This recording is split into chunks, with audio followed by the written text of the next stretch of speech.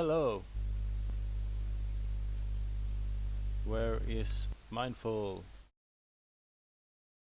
A minute on it. Hello? Hello! I dragged you Yeah, down. I was saying my goodbyes. Okay. So I was ready. Great. Hello, Hofferino. Good to Hello. have you here. Thank you, thank you. You're far too kind. Oh, and by the way, while we are doing this, I am gonna change my microphone.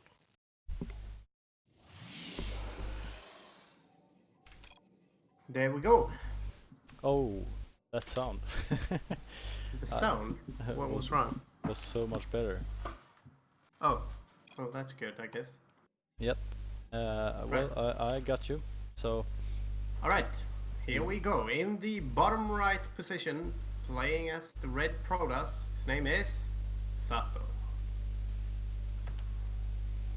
and in the upper left position, playing as Zerg, it's Devil King. Right. So And some Go for SC2 on a Thursday evening. We are well aware of the fact that we are competing with DreamHack as of right now. Might not be the best of odds, but still, yeah, we are dedicated to stream even though we might not have that many viewers. yeah, absolutely. And well, at least we have a Swedish player here, the only Scandinavian to sign up. Exactly, Sato as his name is. And he answered our emergency call. Yeah, so just to notify our viewers, basically Hofferino panicked a bit about the lack of Scandinavians, and so he wrote to Sato and asked him, "Can't you join?" And Sato responded. Yes, He answered the call. exactly. as as noble Protoss that he is. Yeah, popcorn Yeah, so Protoss, playing with one hand. exactly. Yeah, that is quite a funny anecdote actually. You might want to tell the viewers about it, or should I? you can do it since you have so much hate against Protoss and Yeah, Terra. basically Sato told us that he's aspiring on basically playing Protoss with one hand while eating popcorn with the other, and still managed to get a full list worth of wins in Grandmaster. He hasn't gotten there just yet, but I guess he will quite soon. Yeah, I think so. He might be working on it right now, so let's see how he does. Yeah. To a death New loves. season. Oh, so we might have missed that, did we? No. Not really. Well, Stargate coming out here. I mean, it feels like that's the meta for Protoss against Zerg nowadays. Stargate into Phoenix, possibly. You like the Oracles though? Yeah, I do, but I mean, it's either Phoenixes. You might also go for some Oracles, or you can just go for some drop plays. If you want to go for any early kind of aggression or poking, getting any kind of harass value, you go for any of those strategies. Otherwise, you can also just stay at home and macro up a bit. Just do a 2-base timing or something.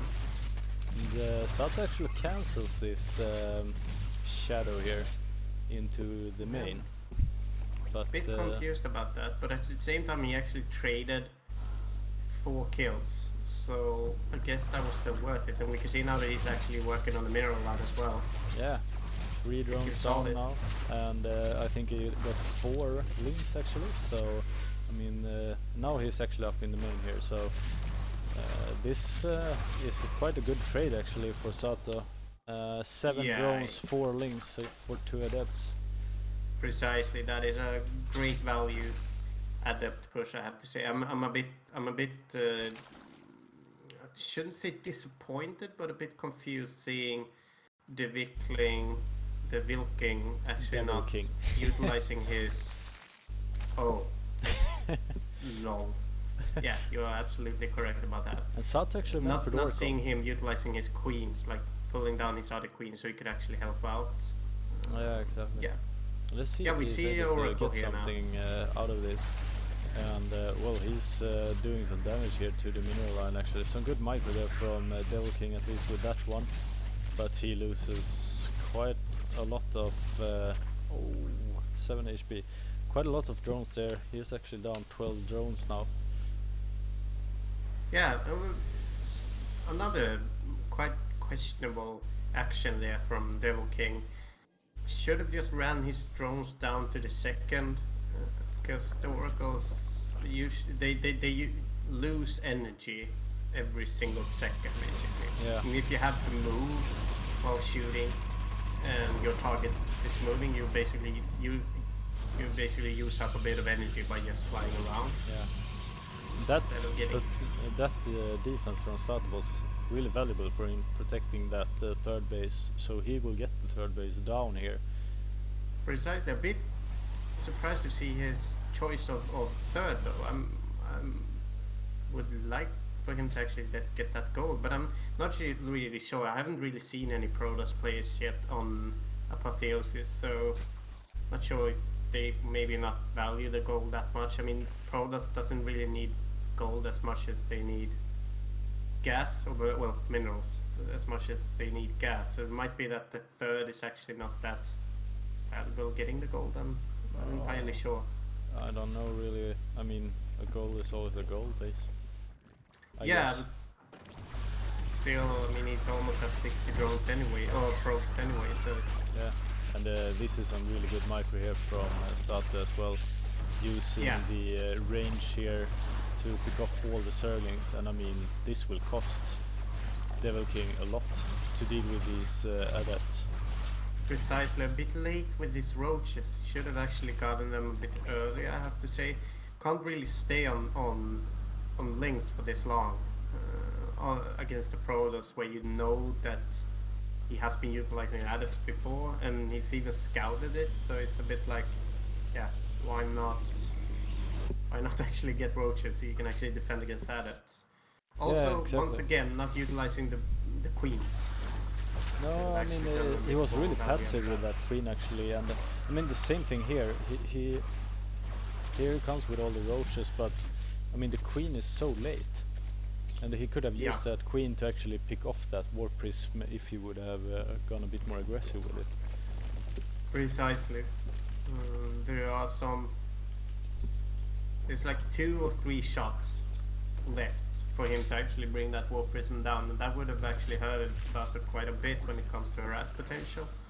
Also, he needs that war prism now, because he might actually move out here. I'm not really sure if he wanted to do that. No, he actually cancels it for now. Right, so we can see war prism just regenerating that shield. It's probably gonna go down and meet up his remaining army that is moving towards the middle of the map here. I like this transition though from Devil King going into Hydras. Yeah, it's kinda needed if you're up against like Stalkers and Immortals, but at the same time, yeah, there are still adepts here, but there's only 4 of them, so... Yeah, a bit more 6 I think, but I mean he has, I think it's 11 Hydras or something like that in total.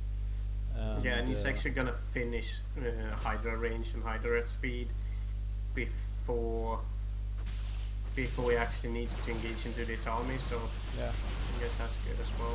See now that Devil King is moving out. There's no roach speed finish though. and not a We great just army to be finished. honest here. Look at that, the block off really good from Sato there. He's really able to pick off so many units here, and once again, really good force fields. Yeah, a bit surprised just seeing how that engagement basically went. Yeah, and I mean right now we can see that Devil King is actually moving towards Sato's base here, but he got the mothership with full energy, so he can always recall if that would be necessary, and this feels like he actually does that. He recalls half of his army to protect the base. at home. Yeah, while the problem is that I mean this army will actually kill all of Devil King's base. At the same time, this push is nothing. No, For I mean, Sato. He can clean this up easily yeah. without any real losses either. So yeah, this Devil is- King moves on. Oh, I mean Sato Sato. moves on to round of 16. Yeah, I think so. It's 16. Yeah. It should be. Or no, wait, I think it's round of 8 actually, because there are only 23 players. I knew there weren't a lot of players signed up tonight, but I wasn't sure how few there actually were. It's 23 checked in. No, he actually moved on to round of 16 because he wasn't seeded. So he will face Kaz, and that's a tough matchup. Ukrainian player actually. Best of one on New Gettysburg. I wonder what race he is. He is right, you can't see that here. Why is that? Anywho, if you look at his old scores, he's actually won against Bly before. Yeah, Kaz is a really good player. So I guess there's some potential there. Yeah. And well, we will of course follow the only Scandinavian here in the Go for SE2 Thursdays. So let's see if Kaz is. Robola, a goal base is always a goal base. Yeah, I guess it is. But I didn't say that, did I? No, I did. Ah, yeah. Great. So we have one stupid quote each then. Because I did that other one. Alright, so we are now waiting for an invite for that next game. Guess there won't really be any downtime here for the players. No, exactly.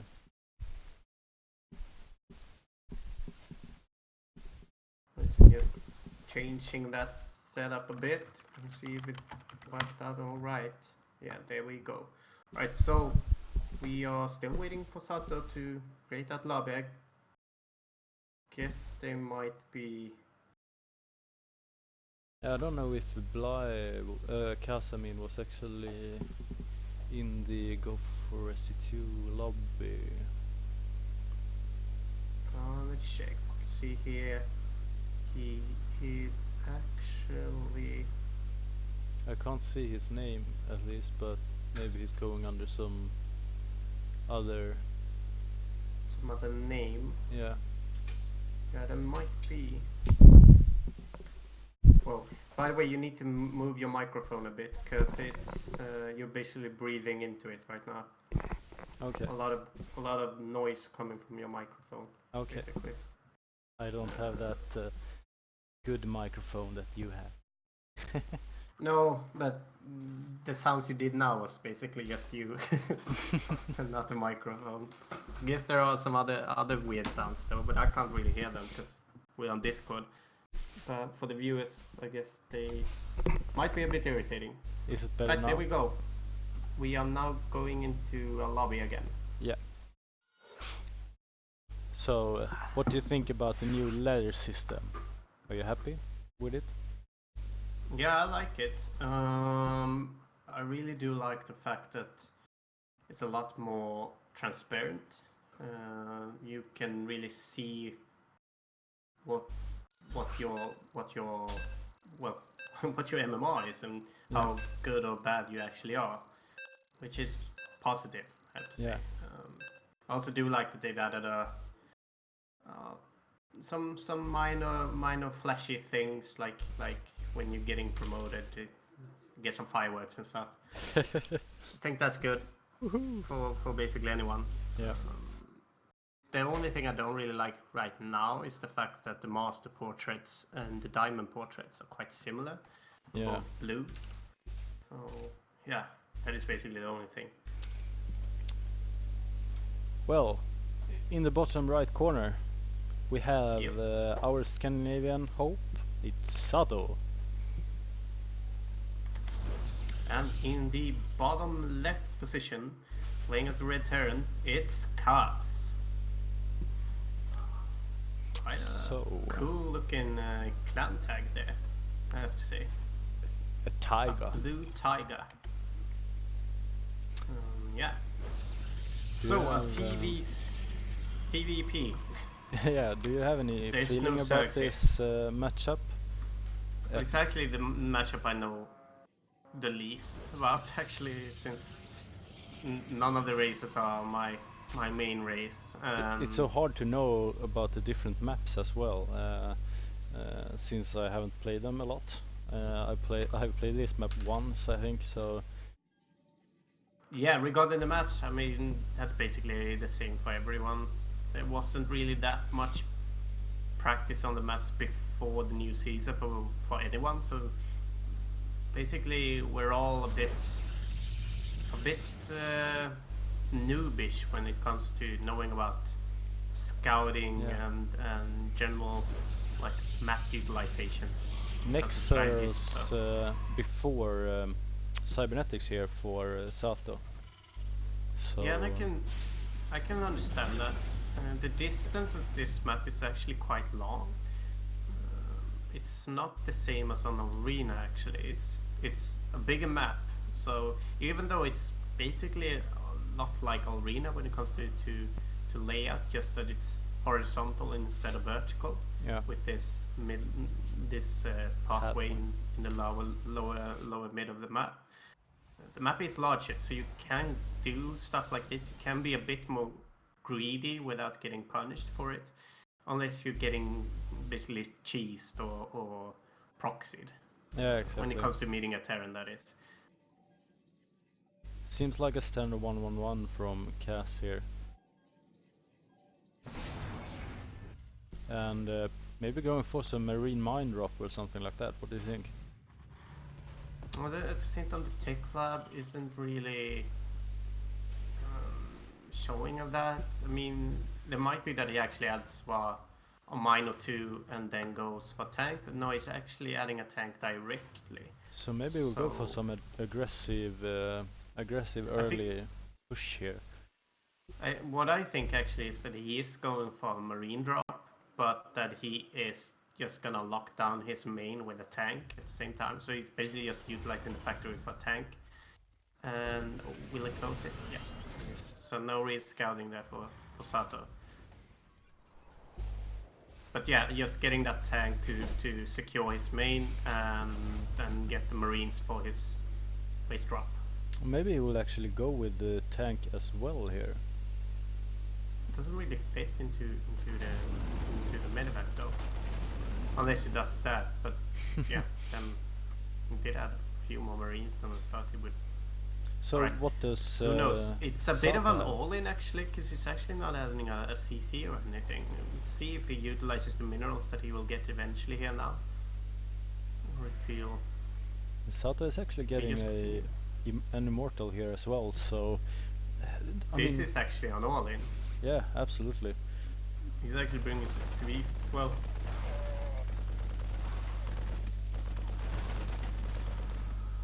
Same time, Sato manages to get one marine and buys a lot of time actually. So Yeah. a mothership core now that almost has 3 overcharges ready. He has 3 adders, not really that much. This will be interesting. I have to Oh, he say. actually beats out one overcharge there, and that's quite big. But Yeah, a bit unsure of that actually. It didn't really make that much sense to do that overcharge. there are We many see now that workings here. Immortal has lost his shield, so I think Sato needs to be a bit careful now, because Sato doesn't have that Immortal shield either on his... Question is, will he go in here? No, he won't. Not yet. But he actually got 2 immortals now. Yeah, and that is when he can actually punish this. He'll go in with Stalkers, bring that Liberator down. He Might really get needs to the get tank. this. Oh, So he's trying to save that Immortal now, and will he actually he manages to actually do that, and that is really big, Because the Absolutely. Immortals is what is keeping him alive against the tank Yeah. right now. Because Kaz is actually repairing the tank as of right now, but if Sutton wants to bring that tank down, he actually can now. And together with the Stalkers, I think he will be able to push this back. We have to remember as well, Kaz is on a tight time schedule here. Look at the saturation here for Sato's natural. He has 10 probes at the moment. Yeah, he's from that natural. Yeah, he's Roble is not happy about our read on the Terran build, by the way. I mean, sure, there are 2 tanks here, 1 Liberator, so he got some sieging power here, but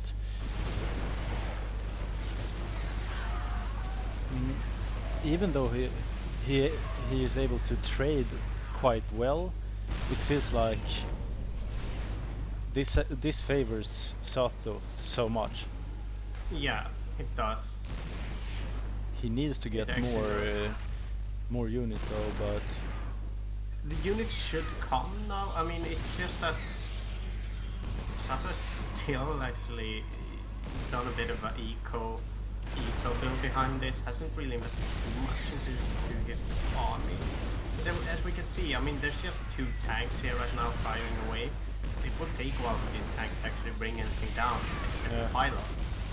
So, and I mean, if we look here, he has 2 Immortals now, a new Immortal. He has 4 warp gates. He will be able to get an army that can fight through this eventually. oh, he actually warps in here to destroy the economy here.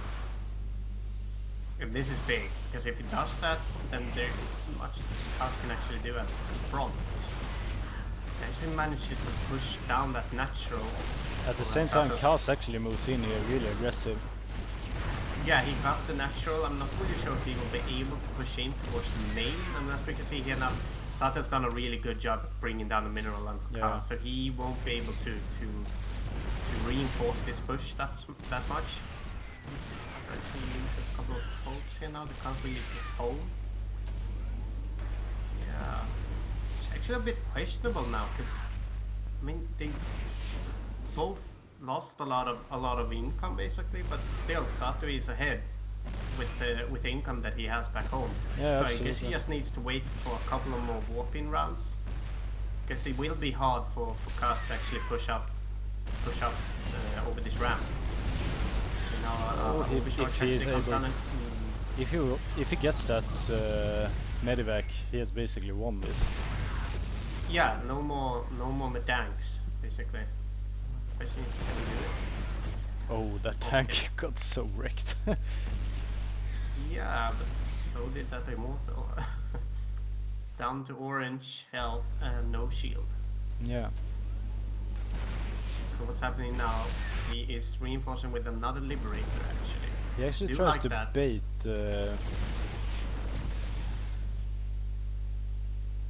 Yeah, what I think Sato is doing, he wants to bring down the tank somehow. At the same time, utilize a couple of micro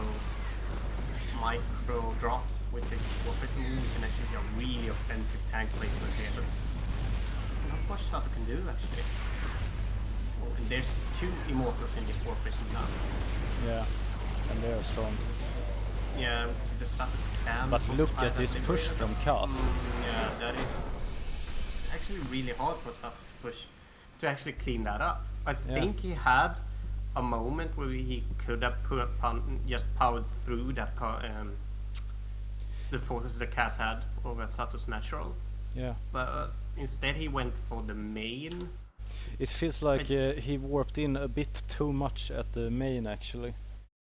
Yeah, because I think one more warp in around and then move out from natural would have actually saved him. Yeah. Would have actually made all the difference, I think. Because he was on 2 bases. And just keeping those 2 bases up a little bit longer, maybe even getting one more warp gate up.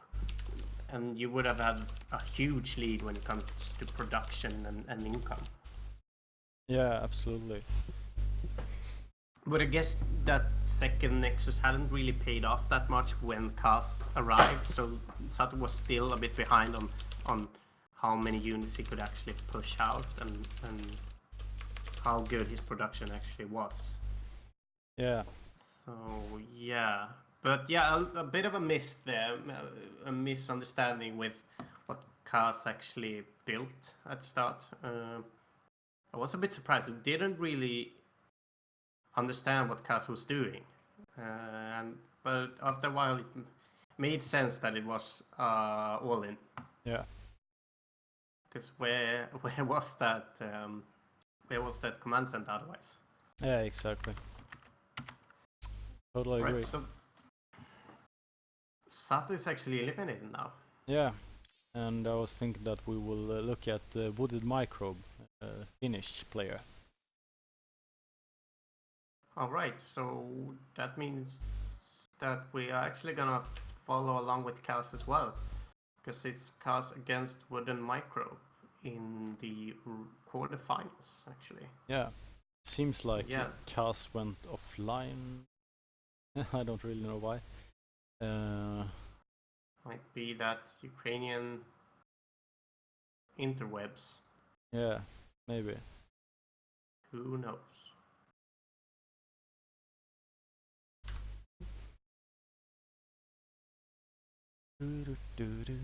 What do you think about Valencia? Dremhacka Open. Well, I haven't really watched too much of it. I watched the what was that? I watched the games between Sato and Lillekanin. They were entertaining. Sato, really do you mean sort of. Yeah, exactly. I really do like watching Lillekanin. It's always entertaining. At the same time, sort of is playing really solid right now. He's looking really good. So yeah, entertaining to watch him as well. Yeah. Yeah, but other than that, I don't really have that much to say about it. It's a good quality tournament, basically. Yeah, I absolutely. really do like the casters that they have invited. I just think that the casters are doing a terrific job, and it's always nice to listen to the Muslim and Todd, and especially Pig. I really do enjoy actually listening to Pig. I talked to Shepard about it, our community member earlier, and I questioned it a little bit at first, but he grew on me. I mean, I do love Pig dailies a lot, but just seeing him cast, I was a bit like, will he do this as well as the others that have been there for so long? Like, they have a lot of experience and stuff, but yeah, he added extra layer of well, basically expertise, which was really interesting. Yeah. I liked it. So yeah. Well, how about you? Are you? I haven't watched that much, to be honest. I only saw a bit of the sort of versus Lillekanin as well, but I agree with you. The casters sound like they know what they are doing. Yeah, I mean, basically the only thing that is missing right now is Viking TV. It's Viking TV. So I guess we should just point that out there. Just like, we are here as well, eager to cast a couple of games. If you ever need us, we are ready and willing. By the way, I changed the stream title as I think we should be a bit conclusive. Yeah. Guess You say to Chaos versus Wooded Microbe? That I did not. I just changed the first part of it, but I'm gonna change that as well as okay. While I'm still there, basically. So yeah, we are still waiting, by the way, for the lobby to be set up between Cars and Wooden Microbe. Wooded Microbe. Not sure what's happening there. Is Cars available now? Is he? For me, he is offline, so I don't really know what happened to him. Maybe he's playing another tournament. I don't know. Yeah, that would be funny. I do like the fact that there are some of the players are actually some of the not the top tier players, but like the low GMs basically in the Golf AC2 Cups, they can be involved in like clan wars and other tournaments at the same time as they are playing Golf AC2. Yeah. Sometimes it's actually a little bit frustrating. Where, for example, we had one game there when Hino went. He basically left the game at the start because he had to play a clan war. So he went offline. Well, he left, came back after 15 minutes, and then continued the finals. Yeah, so it's like, bye bye, I'm playing Clan Wars now, be right back. Yeah. And there we were, not having anything to stream basically. Okay, so we will go to break screen. Precisely, and that break screen was quite long as well. Yeah. Yeah. See you soon. Gives not the best of value for our viewers, but hey, what can we do? Yeah, exactly. It feels like Diamond for me is not that far away actually. Diamond. Oh, you mean? Oh, yeah. I don't really think so as well. Well, I don't really think. Yeah, exactly. No, it shouldn't be. I mean, Probably get there quite soon. I can't really say that I've played a lot to the previous season or this one. It feels like I played like the team games a lot more, 3v3 and 4v4 and stuff like that. Yeah, I feel the same. I mean, you really do feel how damaging that actually is for your, not for your understanding of the game, but for your general like mechanics. Yeah. Because you're a lot more all over the place when you're playing 1 versus 1. Yeah. While in team games you can actually macro up a bit more. You can actually take it a bit more chill. Take a yeah. You can chill a bit more. You exactly. You're not on the edge of your seat the entire freaking game.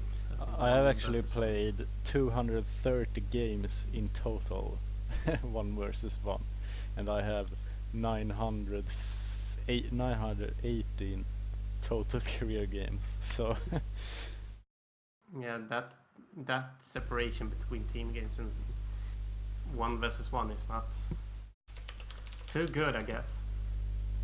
It seems like I scolded Micro if you know where Chaos went, and they're actually doing vetoes right now, so that's all good. right.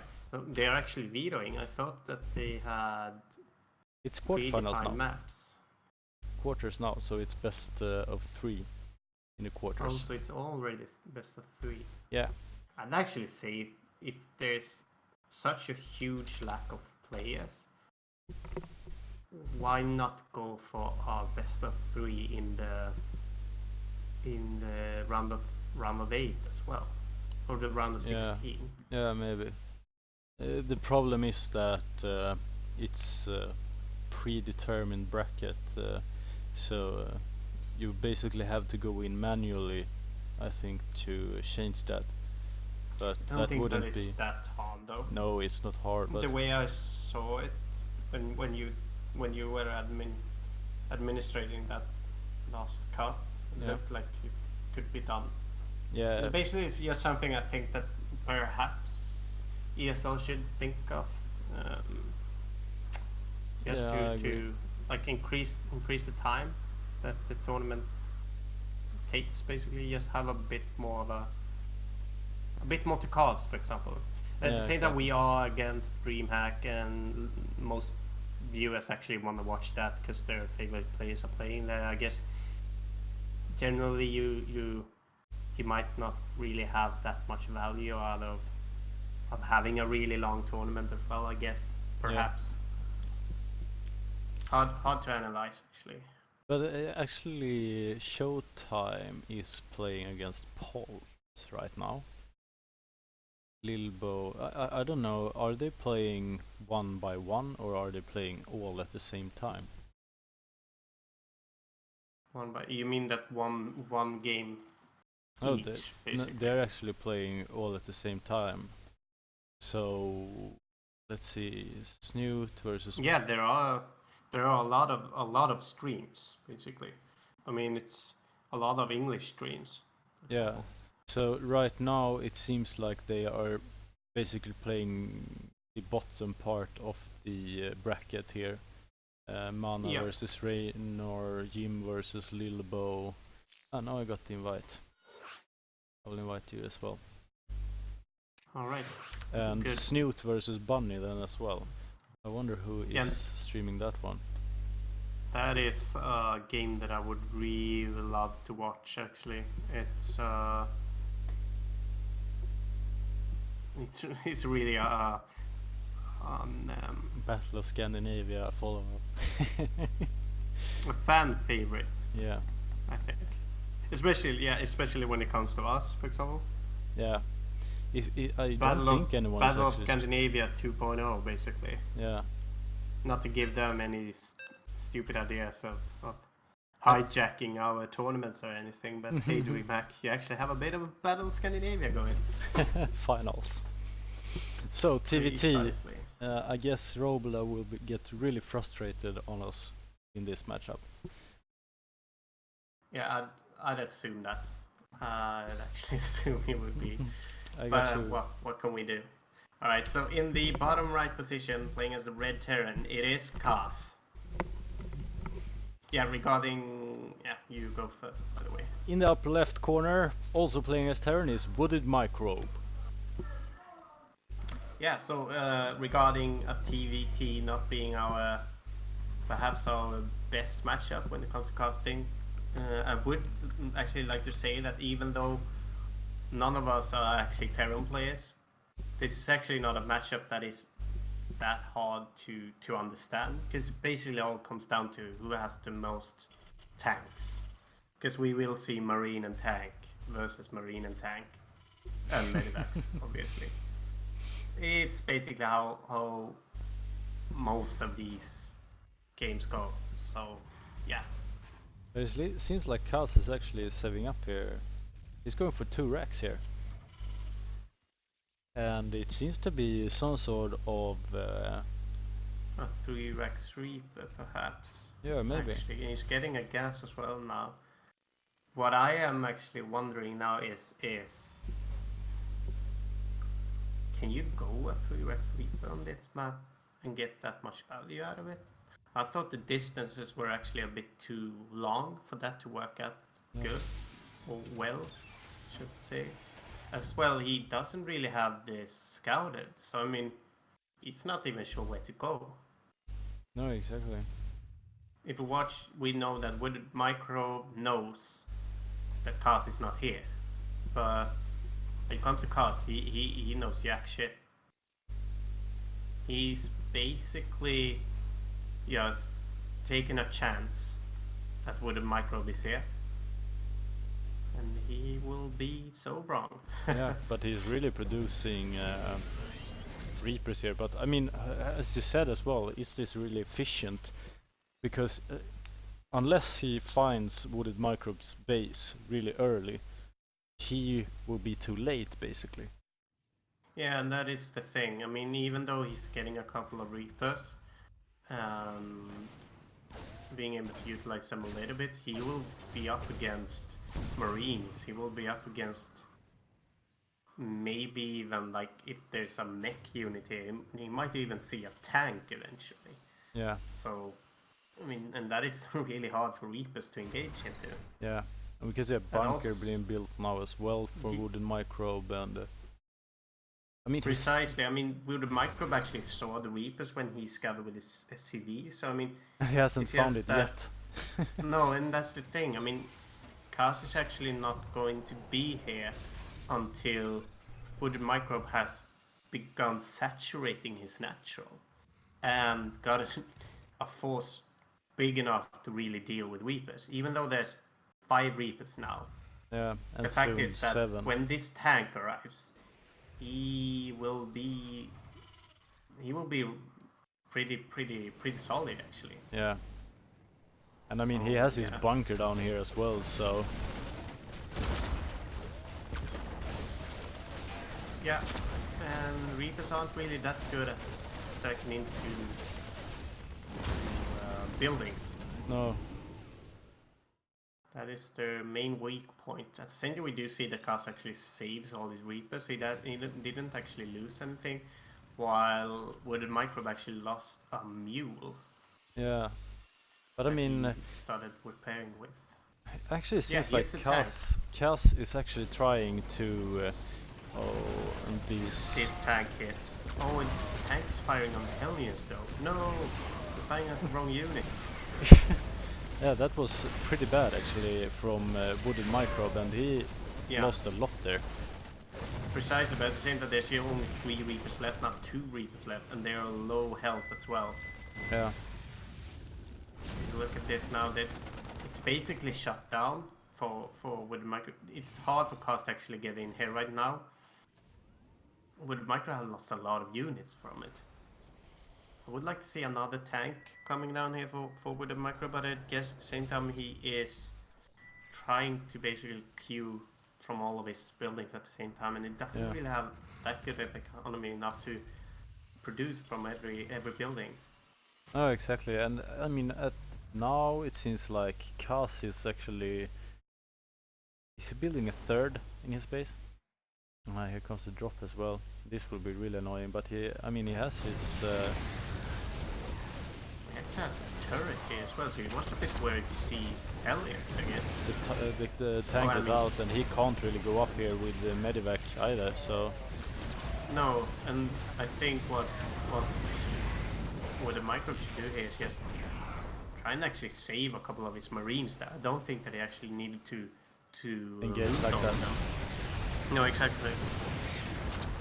I mean, Kaz has lost 2 Medivacs now, and that's quite yeah, big. but by doing this, he's actually brought down a couple of workers. He has killed a lot of units. Yeah. And he's on 2 bases as well now. So what could have been a quite big lead for Wooded Micro actually ended with a even mid game. Yeah. We are moving in towards mid game now, and they are pretty even. Wooded Micro has 2 tanks though. And same goes for Castle. Okay, that didn't really bring in. I mean, look, he actually has his 3rd CC up as well, Kaz. Precisely. So I mean, he will get some mules from that as of now, and eventually he'll also be able to saturate it. Yeah, we can see that Kaz is going for that straight marine tank composition now. The same goes for Wooded Microbe. Yeah, so it all comes down to who sieges their tanks first, who gets the first tanks hits. Is basically the one that usually wins the engagements. Yeah. And what you want to be when you're playing TVT and you have marine tank like that, it's a lot easier to be the defender, because it's a lot more probable that you will get the first tank hits. Yeah. If there is a delay from you putting down your tanks to when they start firing. However, the problem here is that Kaz actually doesn't have any... yes, he has Medivacs, I saw that now. Yeah, what we can see here is that with the Microbe did not. He actually had 1 Medivac, so shouldn't really say more than one tag there. And to be honest, this So, looks really good for Kaz. yeah, the push that with the Microbe that he did there was a bit too hasty, I think. Yeah. Oh, sorry about that. Pollen, I guess. Low on tanks and well. Yes. Yeah, low on medivacs as well. I mean, you need medivacs to be able to actually position your tanks better. Yeah. We can see that Kaz actually could that in that last engagement, which Wooded Micro could not. And Kaz is actually getting the armor here as well for his marines. Oh, look at this. The hidden base. That's really good actually, if he's able to is able to remain undetected. Yeah, and normally you don't really see, for example, medivacs that go that far out on the sides. Not this early, at least. So I mean, it's not like Cos will rally his drops next to this space. Would have been a lot more risky if he had this space like over here or here. It's a lot easier for it to get spotted just randomly by medivacs that are going to drop. I like that choice. I mean, as long as it actually goes up now and he can put some mules here, just starting to mine from it, he will look really solid because he's then on 4 bases. Something that Kaz is not aware of. But look at this push from Kaz now. This is quite a big push, quite scary actually. He has 5 tanks, right? Or is it even 8? 6. Or is it like 5? 4 in the medivacs and then 5. Oh yeah, that's actually. the 5th. Yeah. So 5 medivac tanks or medanks or tank evacs. Depends on what you want to call it. Yeah, Wooden Micro has the same amount of tanks, but he's on less marines. He doesn't have as many medivacs. Hard for Wooden Micro to I guess. I mean, he can't really reach.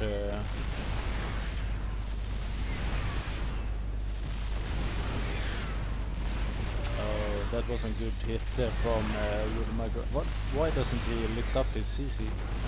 It's a planetary. Ah. So sadly, he cannot. Oh, I didn't see I'm not the entirely cannon there. sure why he's getting a planetary there. I would have actually liked it for him to get an orbital. Yeah. It's early to actually get a planetary, and at the same time, what are you risking? You're basically risking getting attacked by tank vacs and marines. Yeah. And the planetary won't really do that much then, anyway. So and this was the 3rd. I would have actually liked to see that on the 4th. That's how it is, and he's actually gonna lose 2 tanks now because of the lack of medivacs. So Yeah. bit of a misplay there, I think. And now we see Kaz is actually moving back because he is a bit satisfied with what he got there. The trade was good for him, but what he doesn't know is this. And yeah, this CC is not really mining anything. So from that, Kaz is looking very good. Yeah. But Wooden Micro can saturate that eventually if he wants. As of right now, yeah, Kaz is looking really good, and I think This is not good for. I mean, it depends though. that was bad from Kaz actually, because he attacked in with his marines against marines and tanks without tank support. But there's just so many tanks here, and the tanks are not really firing on Kaz tanks. So there's some misplays, and that is what it's all about in the TVT. I mean, you just need to have the upper hand on tanks and medivacs, and getting your tanks to kill their tanks before their tanks kill your tanks. Or their marines kill your tanks. I mean, it's just the one with the most amount of tanks alive Wins in the long game. run is the one that wins. Yeah. And we saw some good additions to that, in that Cass went for his natural there, or his 3rd rather, getting some economical damage as well and stuff like that. So yeah. Solid play by Kaz, even though I'm not really that impressed with how his start went. No, but it feels like he reprimanded that and actually came back full force. Yeah, it feels like, I mean, Wooden Micro simply lost too much, and he shouldn't have lost that much. The tank, for example, when he attacked the Hellions there in the beginning, and he lost that tank, for example. Exactly.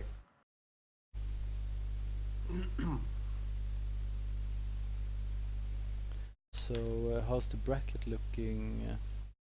Well, it seems like some guys are still playing long games. Yeah, it looks like Velociraptor and Matisse are still playing. Yeah.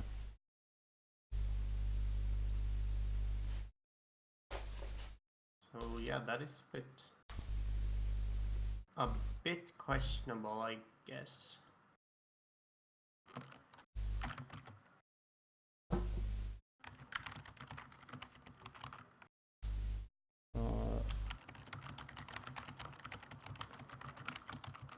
who are your anyone players? I'm a bit surprised not seeing them continue with game number 2, because it's a best of 3 now, right? So, I mean, Wooded Microbe is in game, but he hasn't invited us.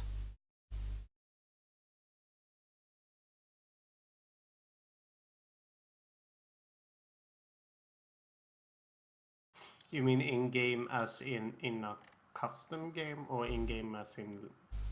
Well, it says in game, but I don't really know, and I can't message. That might just be that he hasn't left the last game. Yeah. No, he actually left the last game, so he has entered a new lobby. Okay. Seems Can't a bit weird actually. if they started without us.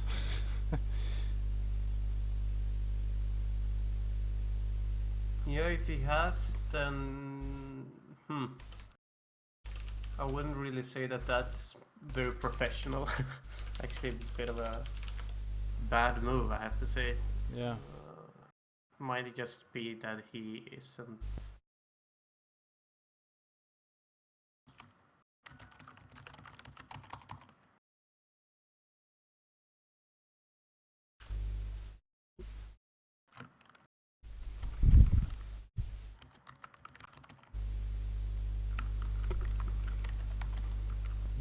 I even wrote to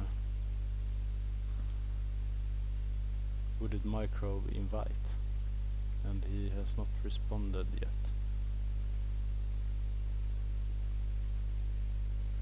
Questionable, to say the least. Well, this is well, now we are in a bit of a situation, I guess. Yeah. Don't really have. We have no Scandinavians to cast because Sato is already eliminated. Our Nordic player, that was our second choice, well, final choice basically, is playing already and might even get eliminated if he doesn't play Really well. exactly. And that makes us. That basically ends up with us having nothing to cast. I guess we could always cast Erendil or something like that. Yeah, well, he ain't gonna play for a while because Velociraptor and Mattis are still playing, and it seems they are playing some sort of a weird mech game or something, because that game has gone on for like an hour now. What?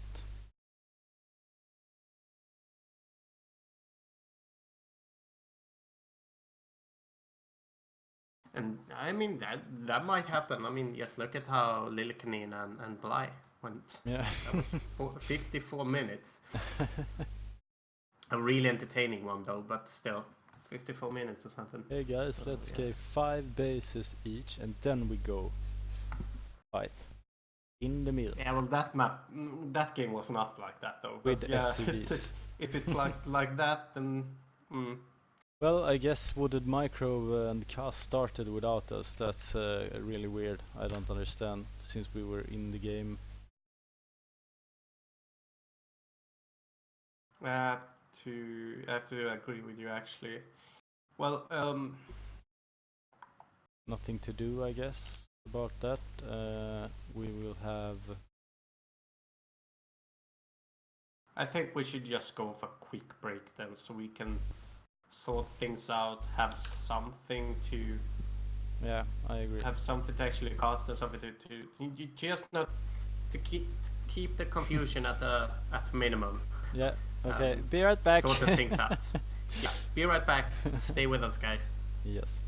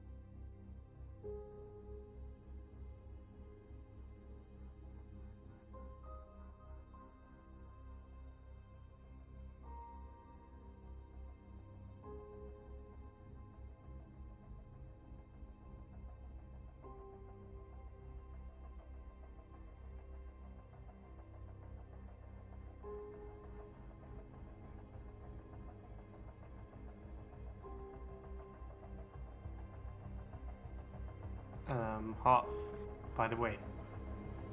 I just saw that I don't think you have commercial sliders on OBS. Yeah. By the way, it's not really that valuable to use the news feed as a way of telling the viewers which guys are casting, because you have that below. Yeah, but I don't below have the much to news write. Yeah, I know. I'm in the same situation as well. I'm basically like, what? At one time I was like, should I mention the weather? It's sunny. So I was always like, sunny. I've begun writing like 24 degrees, humid, with the risk of rain, and they're like, nah, that's just ridiculous.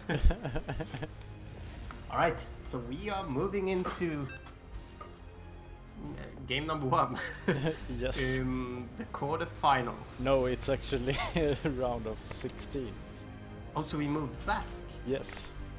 Oh lol. Okay, so then it's not in the best of 3 there as well. It's No. still just best of 1. I don't really know what. I think it was Hino that was AFK. I don't know. I mean, they should have played 1 hour ago, so I have no idea really what's going on. Yeah, that is bad. But anyway, Yeah. here we are. Yeah, you go. All right. So in the bottom right position, playing as Serg, he is French. His name is Hino. Hino. Or Eno. Eno, I think is how you say it in French. Anywho. In the bottom left, playing as Protoss, and he is actually Rondon 34 if you look at the bracket, but Grim Reaper here. I'm not sure which name is it you go for. It Like, should be the as bracket. ESL. actually. Should be Oh, the okay. bracket, yeah, and he's from Canada. Canada. Oh, he's from Canada. Alright. Yeah. He's And this guy is from French. he is from Canada and he is Canada. I see. Well, that is like a double error as well. Yeah, I know. If you are from Canada, I guess that is sort of self-explanatory that you are also a Canadian. Or whatever it is we are saying right now. I don't know. And It he would be is more from fun if he Francia. was from Canada and he was American. Something like that. That would be a more of a mindfuck, basically. Well, anyway, the Hino player, the French player, he is going greedy, as should be done when you're up against Protoss. Getting that 17 hatch into gas and pool. Same time. Well, actually, Reaper is also going quite greedy here. He went Nexus prior to the Cybernetics. Yeah, well, isn't this a bit like how you usually do it on maps where you can macro, like Dusk Towers as well? You usually went for that, right? Oh, it's actually going for the total block here, so we'll probably see a Stargate here, I would assume, with this block. Totally sure. I mean, he's just now gotten that second gas. Isn't that a bit late, actually? It If you want to go that? It depends. I mean, he should. Yeah, it's really late actually. I didn't see that he only had 1 gas, because right now, I mean, everything he does is quite late actually. 1 adept going for the warp gate technology, and yeah, I mean, he doesn't even have a mothership core. He's not even close to it actually. I wouldn't really say that he needs one though. It's not like Grim. I'm gonna call him Grim. He hadn't remember. blocked it off actually. He has a small path. Oh, I Over actually thought you saw that. That is usually what you do. I mean, why have a total block? Yeah, Yeah, I guess I got a bit tricked by the animation there, because I thought like, okay, this is weird. Why does he go for a total block off? Yeah, my bad. He's actually going for the robotics. Oh, drop launch. This is interesting.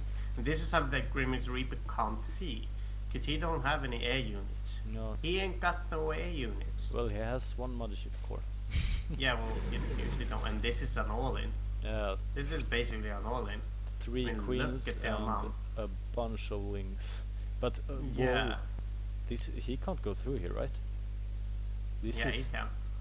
It's open down ah here. there. Yeah, I haven't played this map enough. My Oh, my well, phoenixes there's went only bananas. one thing that you actually you should know about is this.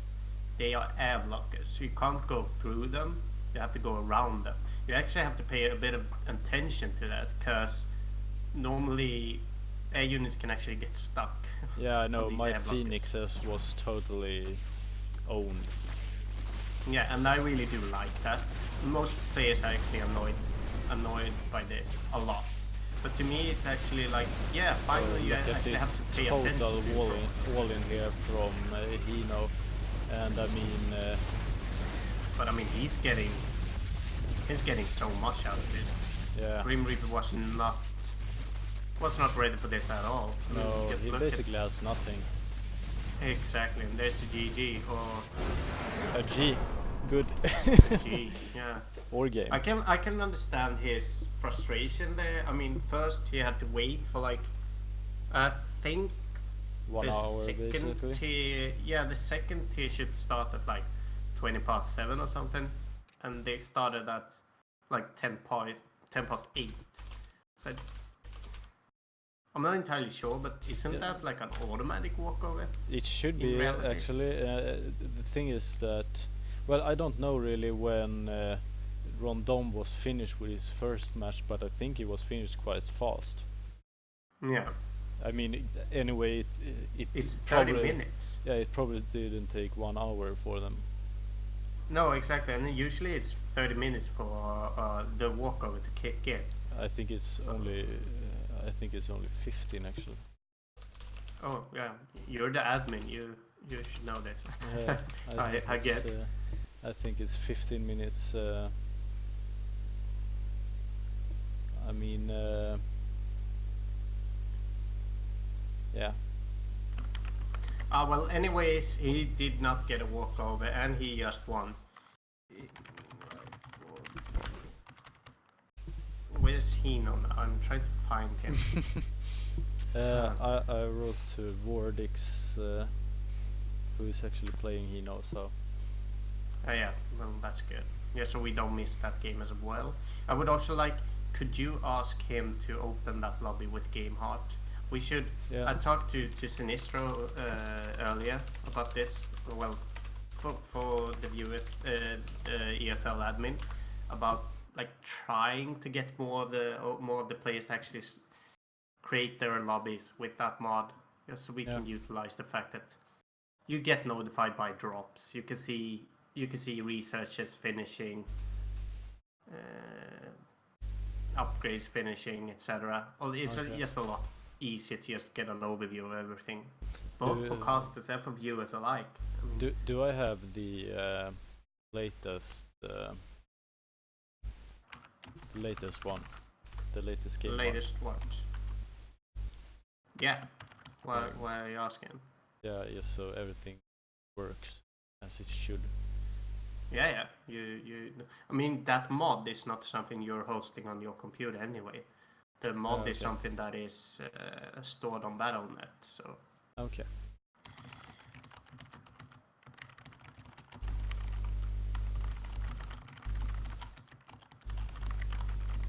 So I guess let's see here. Kaz won against Wooded Microbes, so he's into the semis. Revolution won against SPR in the other quarters, so he's also through. Erondil is currently playing Matisse, and Wardix is gonna play against Hino.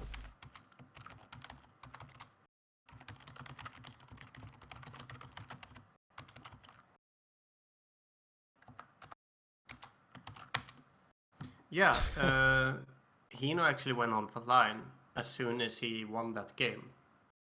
Okay, that's weird. Yeah, I'm not entirely sure what he's doing. Hino is actually the guy we were talking about earlier who went for Clan War in the middle of a final series. so he's all over the place. Maybe he's playing a clan war right now. Yeah, who knows? Just popped in for a quick Go for SC2. precisely a quick go for SC2 and then back out.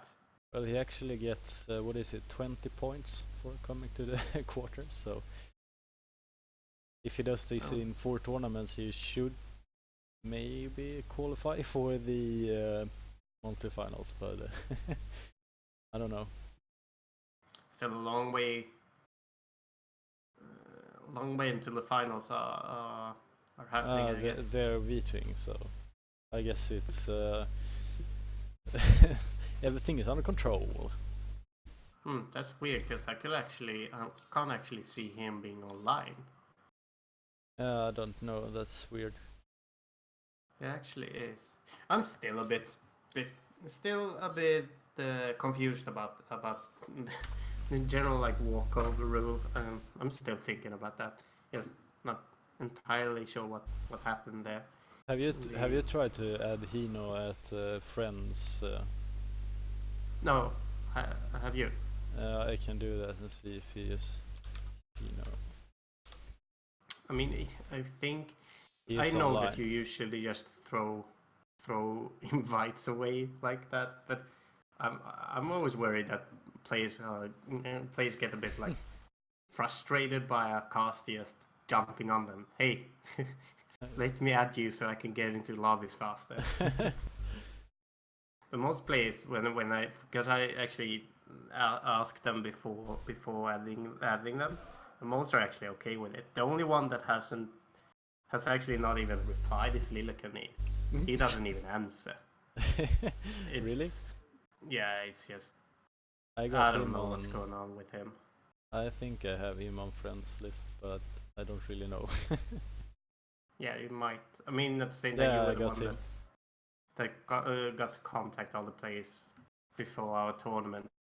Yeah. So I guess that's reasonable. Still annoying, especially since we are often casting him as well. So you know, I'm always a bit stressed by oh my god, am I gonna miss out on this lobby now? Because the game is already starting and I'm not there. So, Well, sometimes I take the role as Hofrino, ESL admin. that is true. So well, I Throw can. the banhammer. Yeah, exactly. I'm like the guy watching. What is that bridge called? It's Age. Watching the bridge. Into Asgard. Have you been watching Thor? No, but it is the bridge, the Rainbow Bridge. What is it called? It's something. I like actually Age. didn't know that was that real. I just thought that it was something they had in Thor because it looked cool. No, it's Bifrost. Is that the bridge? Yeah, that's the bridge. It's a burning rainbow bridge that reaches between Midgård, the world, and Asgard. Viking mythology is so cool. I actually had no idea. I just know that the gatekeeper, whatever he's called, he exists. Heimdall. And is Heimdall the gatekeeper? Yeah. He's the black dude in Thor. Yeah. Well, I think he wasn't the black dude in Norse mythology. I think so. It's cooler. I actually like that actor, by the way. Yeah, he's badass. He's Stringer Bell in The Wire. The Wire is such a good freaking TV series. Have you watched it yet? No, I actually haven't, but I have to. Yeah, you really do. I actually watched the entirety of that TV series again 2 years ago. So is it a bit like Band of Brothers? How are you comparing these two? I don't mean like that. Not in like storyline or anything like that, but in how good they are. I mean, I watched Band of Brothers like 4-5 times maybe. I love that series. I don't know, maybe you hate Band of Brothers. No, I like Band of Brothers, but I have to say the Band of Brothers have nothing on the wire.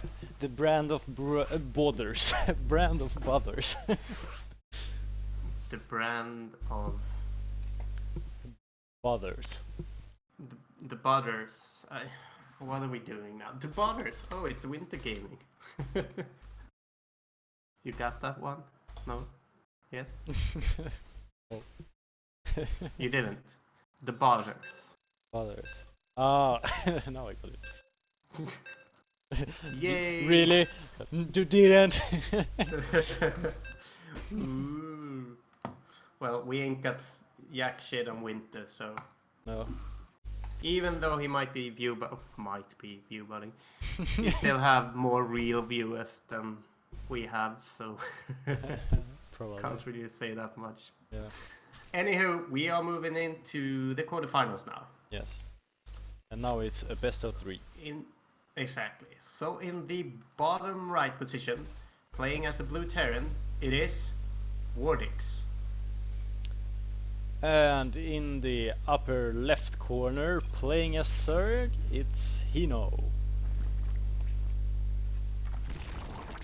Yeah, so extract trick there from Hino. I have always done that, but I stopped doing that in Legacy because I was told that that actually doesn't really make any difference. Okay. Still not sure why it doesn't, but apparently someone did the math and concluded that you can't really do extractor tricks anymore. So It's not worth it. Hino is basically going for old school stuff. Yeah, I guess. Which Correct. isn't working. One gas yeah. for Wardix. Let's see what he decides to do. Will he go for something cool or will he not? Seems like he's saving up for a DC, I guess. Getting gas this early is pretty standard. I mean, getting a barracks and then gas is just to get that first Reaper out and then Yeah.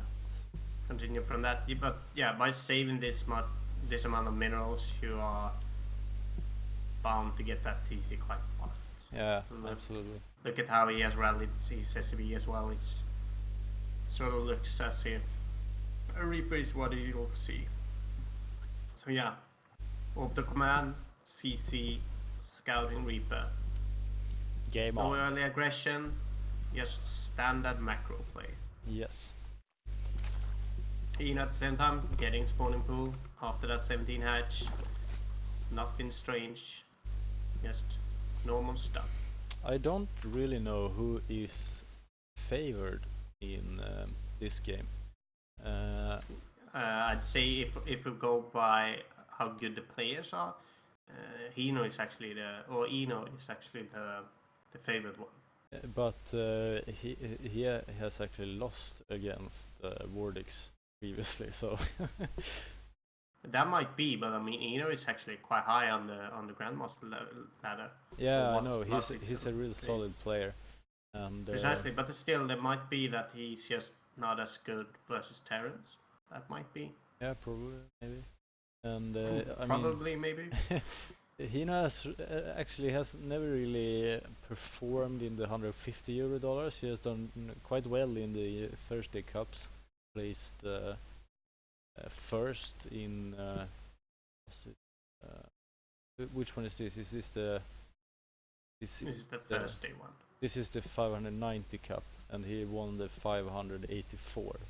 That tells you anything? You go by 3 numbers, so if this is 90, 87, 84. So yeah, that was a Thursday as well. Yeah.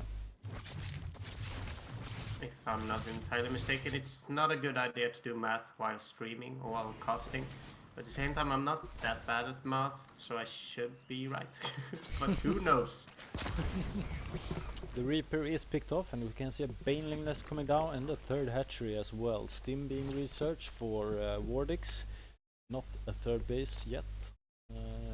Quite understandable. He's probably gonna get that quite soon, though. See a factory maybe. coming down here together with a reactor. Staff what is being produced as well. Some more marines. There's a lot of marines here now. Yeah, and the bunker. So Yeah, I don't so- know. do you think he will push out, or will he try to hold? Because it feels like with this Baneling nest, Hino will try to put some pressure on to Wardix. Yeah, getting a Baneling nest, usually you want to do some kind of bust with them, at least this early into the game, and that is what we're seeing right here. And he's actually producing 16 the amount of lings as Banelings well. here. Yeah, the amount of Banelings that we can see here now, they are real freaking wall busters. Yeah. They will wreck a wall like this. So yeah, alright. First supply depot goes down. And that Baneling hit that the Marines as well is really big, and I think this might actually be hard for Wardix to turn around. Yeah, I think he actually just won. Yeah. I mean, he got 3 supply depots. He got he got one of the barracks. And he also managed, we can see 34 lings being produced here for Hino. So he will go straight in here and try to end But this. at the same time, what Wardix lost there was a lot of buildings. He didn't really lose that much of his SCVs, and the wall is up again now. Yeah, but the problem is he doesn't have any production. I mean, he basically he has no barracks yet. He lost 1 barrack. I mean, it's not like he lost a lot of production. It's just that he lost production right now, so he doesn't really have that much units yet. But he still has his economy. He's getting more units now, and as long as Wardix doesn't move out and goes back home, he can probably defend it. I mean, there's Widow Mines here now. Widow Mines that can actually kill a bunch of units. Precisely, and look at the mine. Oh, that was a really good all the bane. Banelings goes down. And there's actually no Banelings here now, and if he utilizes his... But he gets he around actually with is. But at the same time, he managed to lift up a couple of the Marines. They're actually behind the SCVs right now, but there's just too many links here. Yeah. He's just getting Liberators overpowered. though. But it's GG. Yeah, look at the SCV count as well. He lost like 25 SCVs while watching this. Yeah. So, well, he actually does 33 in total.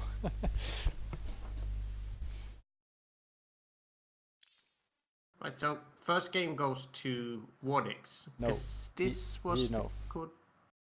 Oh yeah, I mean, God damn it! But this is the quarterfinals now. Yeah, exactly. So it's best of 3. Yeah, so now it's a best of 3. Yes. Perfect. Yes, I'm saying the right stuff here.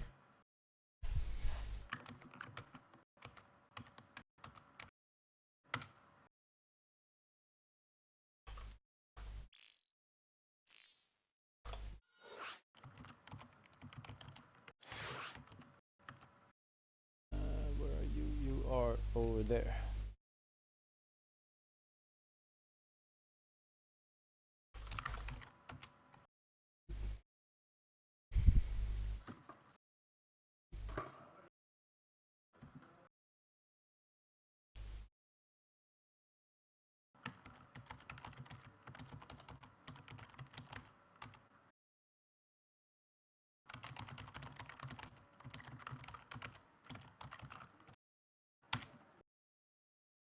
Alright, so we are moving into game number 2. And Hino is up 1 game in this TVC. Let's see if Wardix can get back into the game. Yeah, the Sun Station, one of the new maps as well. We might see some real fun shenanigans here. This is a map that is so special. Whoa, my camera just went AWOL.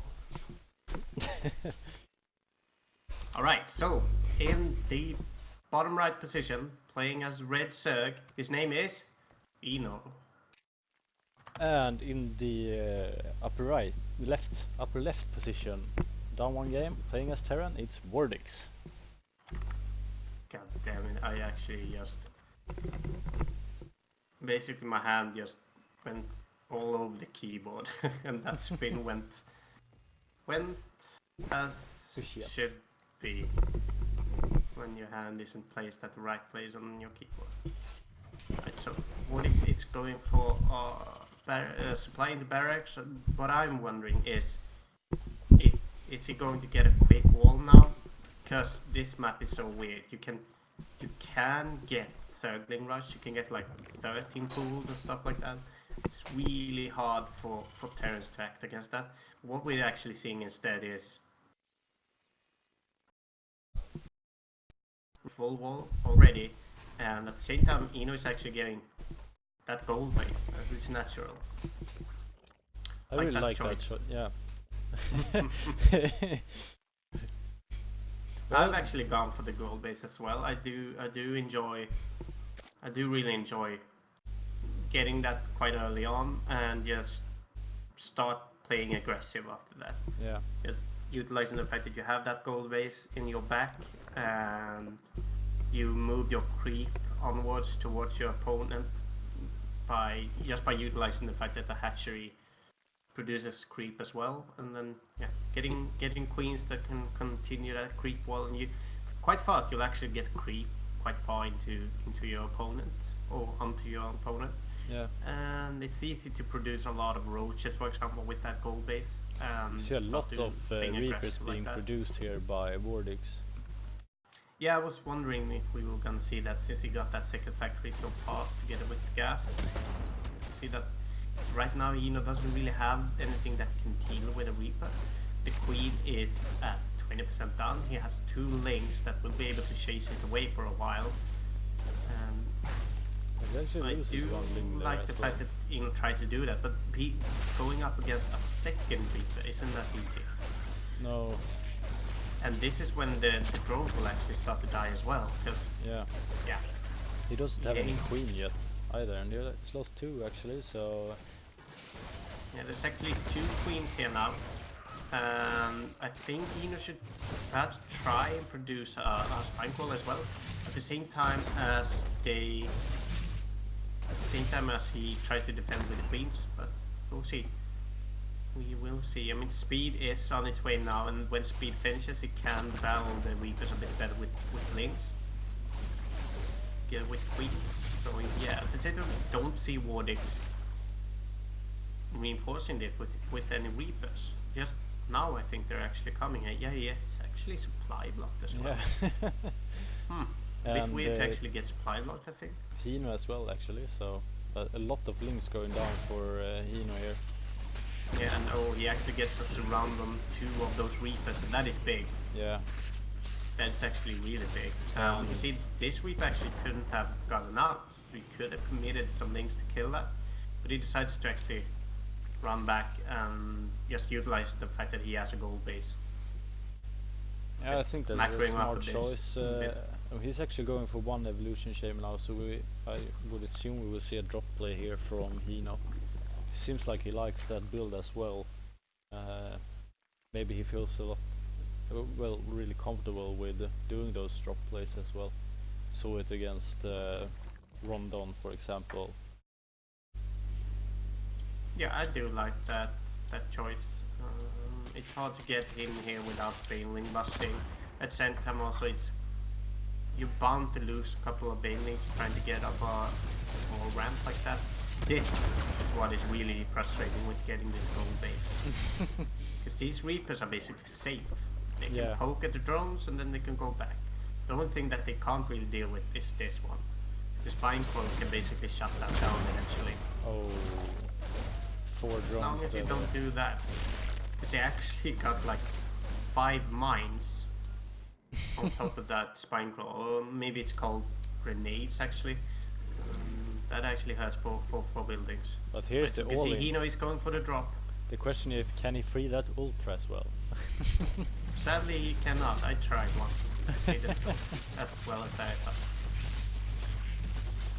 Oh, and he's actually dropping on top of this. Yeah, he's trapping the Reapers. Oh, that was so nice. Yeah, that was actually really nice. I mean, just utilizing that. I actually thought that was stupid at first. It's like, whoa, you're getting surrounded by SCVs. Yeah. You don't want that, but that wasn't what he tried to do. He just tried to get on top of those Reapers. I don't really know Good. why Hino isn't really microing his queens to get Queens. that tank. Exactly, and that is what I was wondering as well, because there's a tank here now. Tank is going down though, and these queens are so high on health, and they haven't even utilized a single transfuse yet. This There's will be actually really the tough first- for Ward. He has lost 26 workers, and there's GG. Hino is through to the semi-finals. Yeah, some impressive plays there by Hino. Hino is playing really well. I mean, he's just... And this is how I saw Hino last time we casted him, and he went quite far in that Thursday Cup. Yeah. He basically steamrolled his opponents. He wasn't really on... He was on a entirely different level compared to the rest. Yeah. So, yeah, I mean... yeah, well-deserved as well. Well-deserved. Yeah, Hino goes on to the semifinals, as you said, and He will face Kaz here, so that could be an interesting matchup, I believe. Hino's been playing really well. Kaz is a really good player, so it'll be really fun to see this matchup. Precisely, and we did cast a bit early into the tournament. Yeah, even though, well, I don't know really what happened in that matchup, but against Wood, the micro. Who knows? Who knows? Apparently, Cast won though. All right. So, have you changed the stream title, by the way? No, I have not. I can do that. Yeah. All right. You can see that Max, or his girlfriend, Annika, is telling us that we aren't noticing the chat, but I actually do think we are. But him coming in here telling us that we are view botting is basically no, the I thing he think said. maybe he joked. I thought he was because he mentioned wintergaming.com afterwards. No chat, all view bots.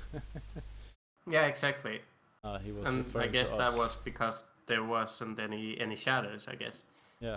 But at the same time, we do see that our favorite Sergulath is actually on stream at the moment, so at least he's here, able to chat. Yeah. And yeah, hi Sergulath, and hi Max as well.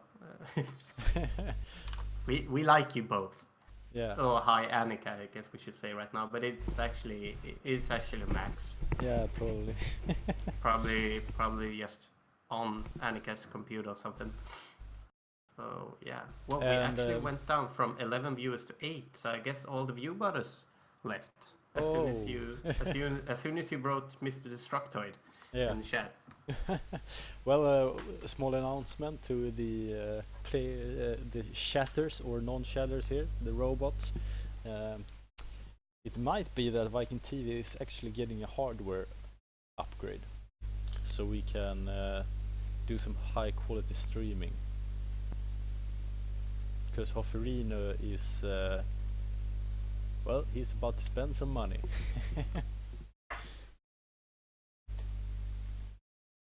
And Mindful is totally quiet. Yeah, it's like, this is your announcement. I'm not really sure what to say here. I mean, I'm not really a part of this investment or whatever we can call it. So I thought this is your thing. Do it. Yeah. So we'll try to. Well, hopefully we tried today to stream in 1080p, but basically my computer crashed. So. And that was. I thought that's it. I'm getting a proper computer now. Oh yeah, well, fair enough. I'm still not in. I still don't understand the general concern about the quality. I basically accepted how it looks. I think it looks well enough to be streamed. I think the purchase of a new computer is also for me, so I can play and stream at the same time, because that's basically not possible for me. If I'm going to play myself, I can cast, but I can't really play myself. I can see that. And it's that goes for yeah, all the games. I've always had a hard time understanding what some of the viewers seem to not really like. But yeah, at the same time, the viewers is what's important for us, except well, besides actually casting and Yeah. watching the games. So I mean, if they don't like the quality, we have to do something about it, obviously. So yeah. Anywho, right. So we are waiting for the players to veto their maps. It will probably be finished in just a few moments. I couldn't really imagine this taking that long. No, I don't think so either. Just for safe measures, I'm going to write to Kaz as well.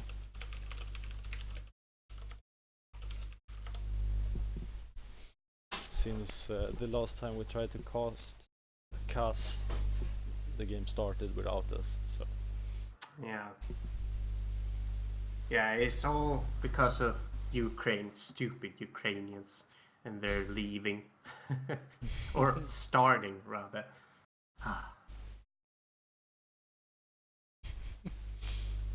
Annika J is going. Annika is going mayhem. crazy. I have no idea what she's on about. Very much. I think she might have been doing some death drugs or something like Death drugs. that. Yeah. That direct translation, though.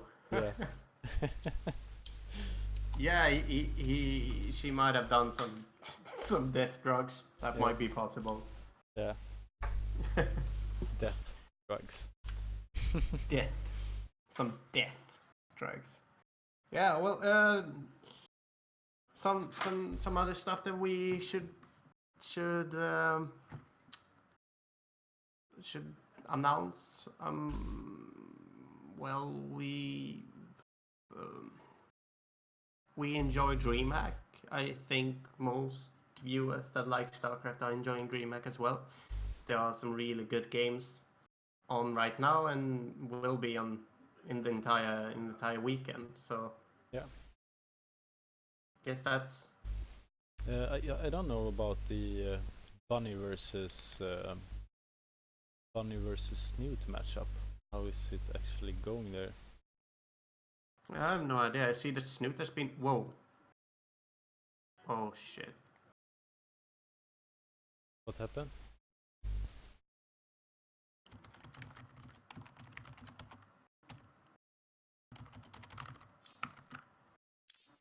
I actually accidentally invited Snoot instead of watching his match history. I was basically gonna check if he had played against Bunny already. Oh. Not entirely sure if he has. Snoot is actually in a lobby. Should we join? Yeah, I know. It's been there for like 20 minutes. So I was a bit like, are they playing right now? Are they going to play? Because I would really like to see that game. I hope that they're not done. I hope that they are playing some really long games. So that we are not entirely missing out. Yeah. See, right now, DreamHack playoffs.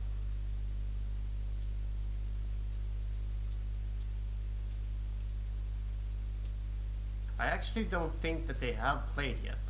I think they are going to. I think they are going to.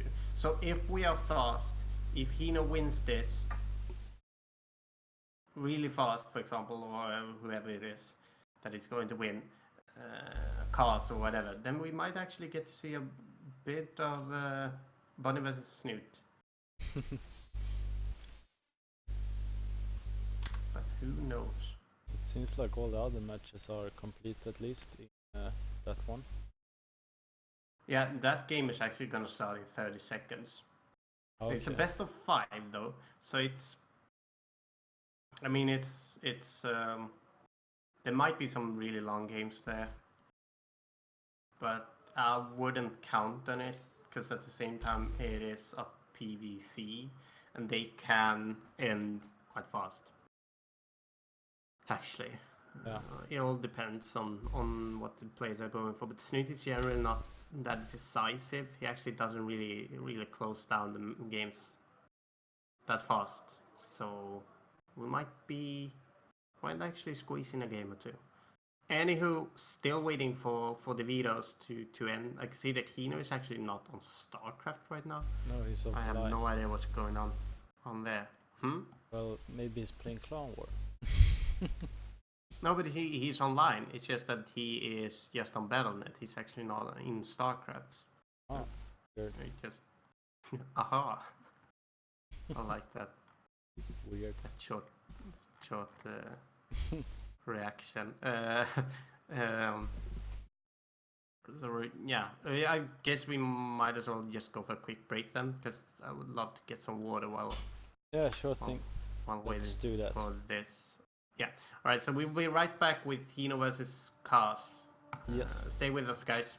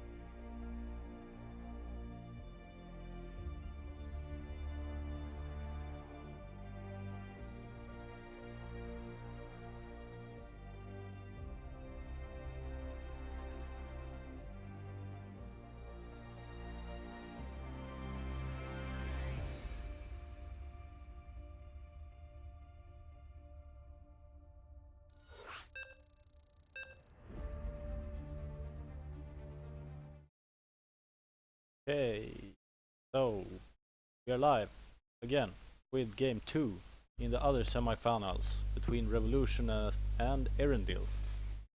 Yeah. And it's Revolution that has 1-0 in this match. Right, so it's random actually. That's That is interesting. exciting. Yeah, I do really enjoy that actually. So I had some camera issues again. Okay. I guess you found me. Right, so Um, in the bottom left position, playing as the pink Zerg, it's Revolution. And in the upper right position, down one game, also playing as Zerg, it's Erendil.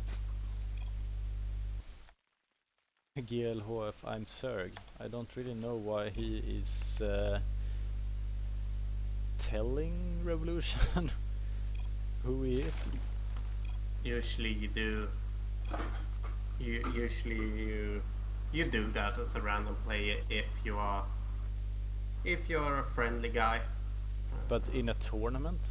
I mean, I can understand why you do that in a ladder or some practice game, but when you're actually competing for points and stuff like that, People usually do that. I mean, it's been like that forever, basically. With a small amount of random plays that we actually have, it's not a rule or anything. It's just that other players actually do that. I'm not entirely sure. If I played random, then I would like to utilize that surprise moment. yeah, I mean that's what I thought. Why you play random, because you don't want your opponent to know what you're actually playing against. Oh, I actually think playing random has more with the fact that people can't find a favorite race. Maybe they like all races equally, or they just like the fact that it changes up how your opponent can prepare against you. Because basically, you can't really prepare for a specific race. You don't really know what you're up against. Yeah. And your opponent can't really practice before, or he actually doesn't know about it until he's in the game, so he can't really think of build orders that he's going for or anything. Yeah. Just straight up into the game. But still, yeah, that surprise moment is a big factor. I mean, especially if you end up with a CVC like this. This map is really large though, so it's a 13 pool wouldn't work super well, but yeah, still a 13 pool is hard to defend against if you don't know that you're against Zerg, as a Zerg. So you can see links are actually running past each other right now. Revolution is on its way over here to scout with his. And at the same time, Erendil is doing the exact same thing, but he's actually bringing 2 more, so he might get to poke a bit as well. Revolution is going for the Bailing Nest as well, so... Do you think he will be able to actually get this? He will if this continues. There's not much Revolution can do about it with his queen, because it will take too long for him to get there. Yeah, and this is going down. Yeah, I think it's 3 or more Zerglings and you actually do more damage than the hatchery actually creates while building or while morphing. Yeah. Yeah, you can see that Erendil actually got a bit of a surround there, so he's actually winning that first engagement with the links, but you can see the Banelings here will actually shut this down as soon as they pop out. And now he has a complete surround here, Revolution as well, so... That ended quickly. 16 links out for Erendil here. He has the Bailing Nest completed as well, but Revolution is actually making a lot of Banelings. Oh, will he be able to get this queen actually? Yes, he does. That's quite big. Actually is. So we're actually seeing some Ling Bane action going on here, and the question then is who will get roaches first, or are we actually gonna see some mutas eventually? Oh, some big drone hits are going to happen here now. You have 3 or 4 drones get. Oh, and there's actually a lot of links, a lot of drones. Some really good hits there for Revolution. Yeah, and I mean he has a lot of links here now as well, so he will poke even more here and do some real damage. Maybe he's even able to get this queen. Yeah, I think this is actually GG. I mean, he just got so many drones, and he got a lot of links as well with those banelings, and yeah, he basically shuts down even more links there with his banelings. Yeah. But yeah, I think this game is actually going for Revolution. Yeah. What I'm not. Yeah, go ahead. Yeah. What I'm not sure of is if Arundel was actually even, I mean, prepared for something as big of a push as this was.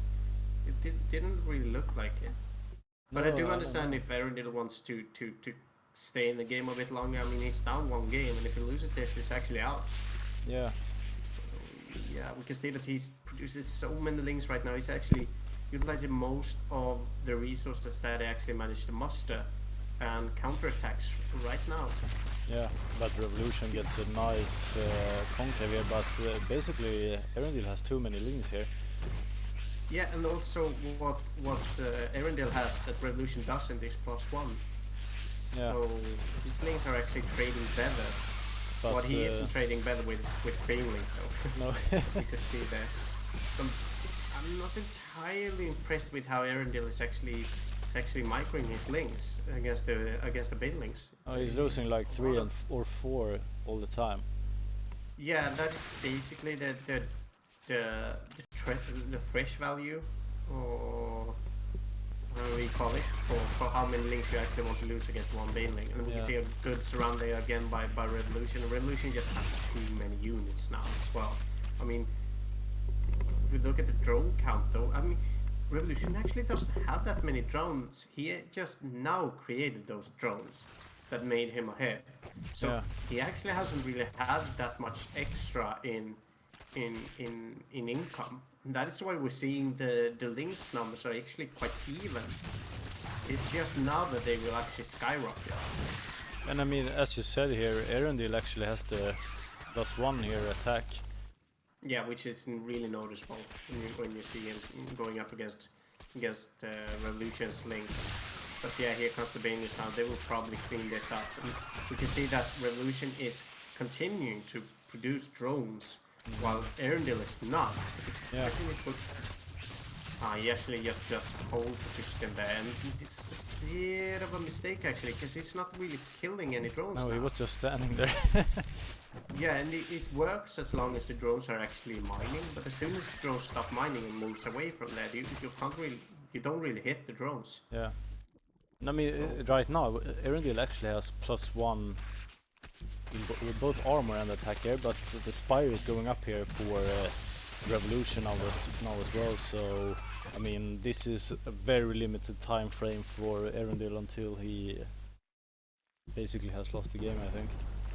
Yeah, it's just the amount of drones that Revolution has now is really kicking in over and over again.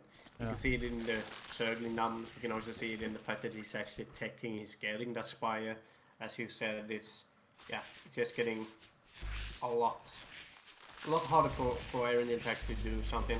Yeah, and even though he has the better upgrades for his links, I mean, these banelings, as you have mentioned before, they are basically a wall that you can't go through with links.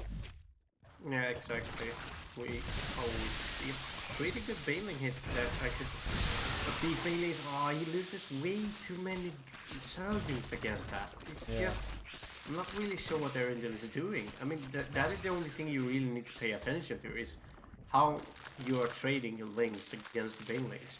Yeah, exactly. And here comes the Muta soon, I guess. Yeah, they are going to pop anytime soon. The Spy is done. I'm just not sure why he's not produced. Yeah, that's the first one. 5 Mutas on. Yes. Yeah, he just needs to be careful not to produce too many Mutas at once. So he can't hold. Yes, exactly. But at the same time, he still needs a lot of links to just deal with this for now. But every second, every muta that actually pops up will eventually start to overthrow any aggression that Erendil actually does. And there was actually a moment there where Revolution could have lost like 20 links. Because he ran back towards that Bane link. Yeah, I saw that. That would have been big. But he actually managed to not do that. And not getting killed by it. So I guess that's big. My question now is though, what is Erendil thinking right now? He's getting a Spire by himself. He got a lair earlier, but still. What is he gonna do against like 10 or 11 mutas? It's the muta count that really does matter, and as we can see, he has way too many mutas. What Erendil needs to do is basically try and keep those mutas at home, so Revolution doesn't move out with them, and then start to reinforce his spaces with spore crawlers, and then eventually getting his own mutas. Yeah. We can see now that the mutas are coming already. There's just one spore crawler in one of the base here. He's actually building a few more now though. I don't really like that choice. He will be able to defend against this if he gets those spore crawlers out. That first one is actually going down. Yeah. Sending queens, having spore crawlers is what's mattering now. I actually would like to see him, moving that spore crawler in front instead, doing the same with the other. This hatchery is actually gonna go down. That's big for Revolution actually, and it's actually supply blocked Erendil now as well. Yeah, he lost both the hatchery and lost from the overlords while the mutas were flying away there. So yeah, Revolution takes that. I would say that Revolution had that game for like 3 minutes. He just needed to produce a little bit more mutas and then move out, and he played it safe. And I agree with that decision. Why not? I mean, it's still finals. Why be too aggressive and allow your opponent back into the game? Yeah, exactly. Still, Erendil tried to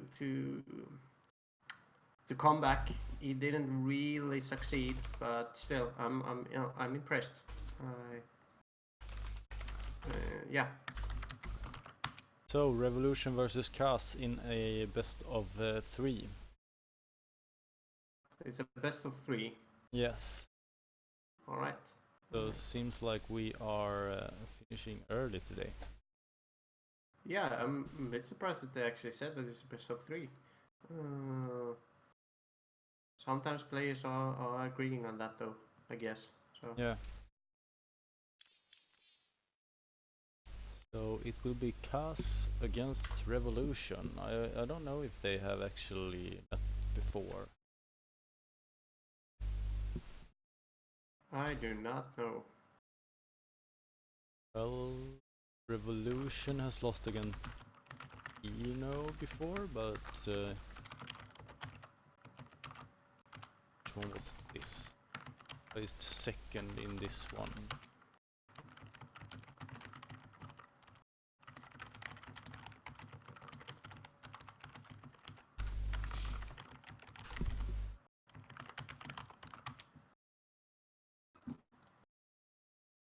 At the same time, I'm actually watching Bunny versus Snoot right now.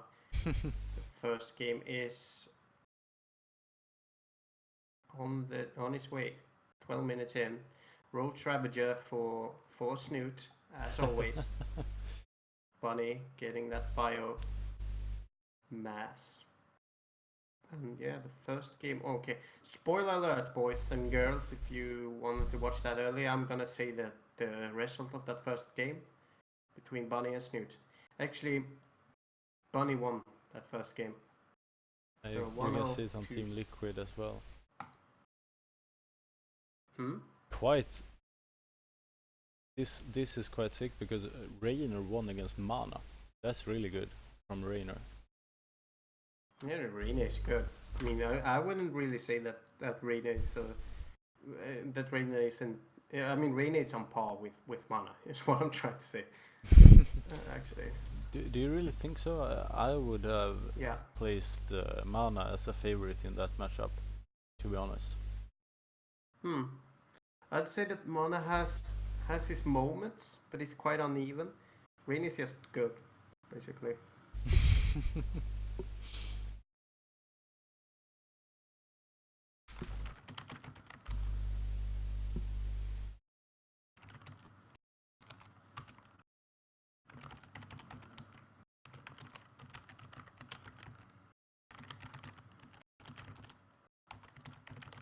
So, are they even inviting us right now? Who knows? Yeah, I just got an invite. Oh, good. Never know.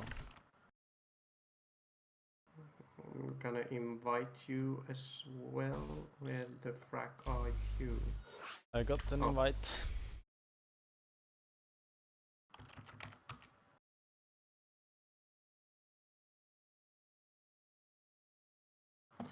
Oh, okay. Alright, so we are waiting for the game to start. First of all, I think they should change the lobby so that it's actually a Chaos versus Revolution. But who knows? Maybe we are changing stuff up now. Who is this Psy, by the way? I think he's a German caster. Ah, I see, I see.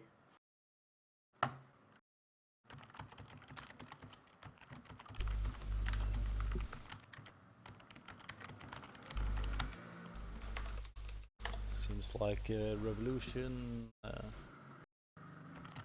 mentioned us in a post. So let's retweet that. Yeah, we should really do that. And at the same time, I also would like to see you utilizing that Twitter feature that I sent to you.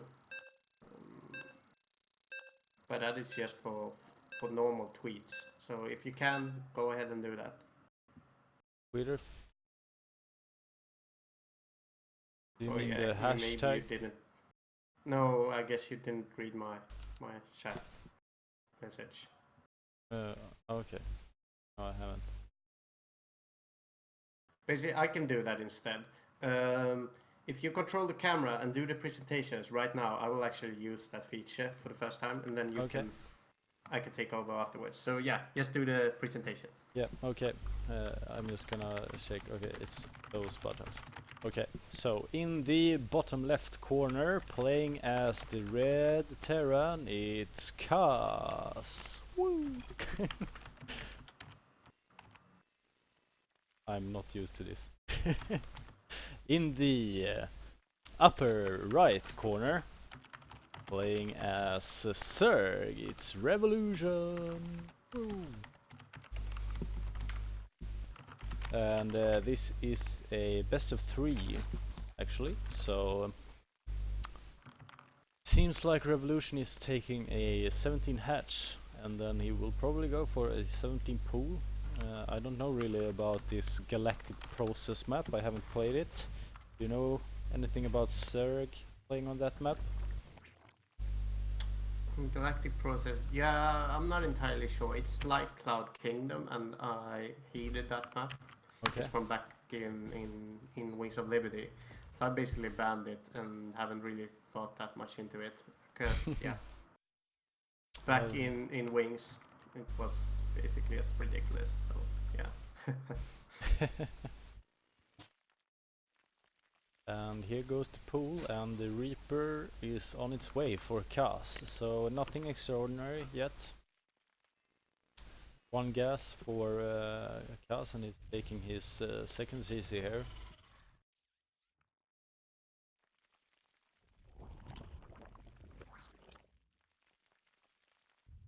Right, so I just tried to regarding the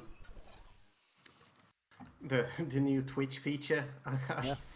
They actually haven't implemented a character counter, so you don't know if you're utilizing more characters than you can in on Twitch or on Twitter. So I'm not sure if the whole message got through. Anywho, I've used it and I'm back into the game. Are you following my camera? I'm following the Reaper at the moment. Yeah. Alright, just block back as soon as you can. Yeah, I got you. Ah, yeah. Perfect. Right, so this is a scouting reaper, I assume. Yeah, nothing special about it really. He is well, Kals is getting a factory upon this, and speed is being researched by Revolution. So far, nothing really weird going on. So quite standard, I No. guess. That is true. You can also see that, yeah, out of both players, they are basically just macroing up. Yeah, and this Reaper, oh, he's actually able to micro out of that. I was almost certain that he would die there, but Yeah, I actually moved my mouse and clicked on the base because I thought it died. And then I looked back and saw that the red dot was still there. So I was like, oh, I actually missed yeah, that he that actually was survived. really impressive Michael there actually from Kaz. And It's now he just will 6 just be kills so with this annoying here with this Reaper. Yeah, but at the same time, this is basically his end station now, because the speedlings are here, the queens will be all over the place, creep spread will be available, so the creeps will Oh, run he's at actually full getting Banshee force. Cloak here and Hellions. You think we will see a Hellion drop, or will we see just Hellion going at the ramp? I think we're gonna see some Hellions just harassing and that Banshee going straight for the main. We do know that Revolution knows about it though, because he just scouted it and he saw the research from the tech lab as well, so he knows that there's a cloak going here. Yeah. Hello? Yep, yeah, I'm here. Oh, it sounded like you just disappeared. Yeah, so basically, can't really be sure about what is gonna happen here. The only thing that I can really say is that there's probably mech here now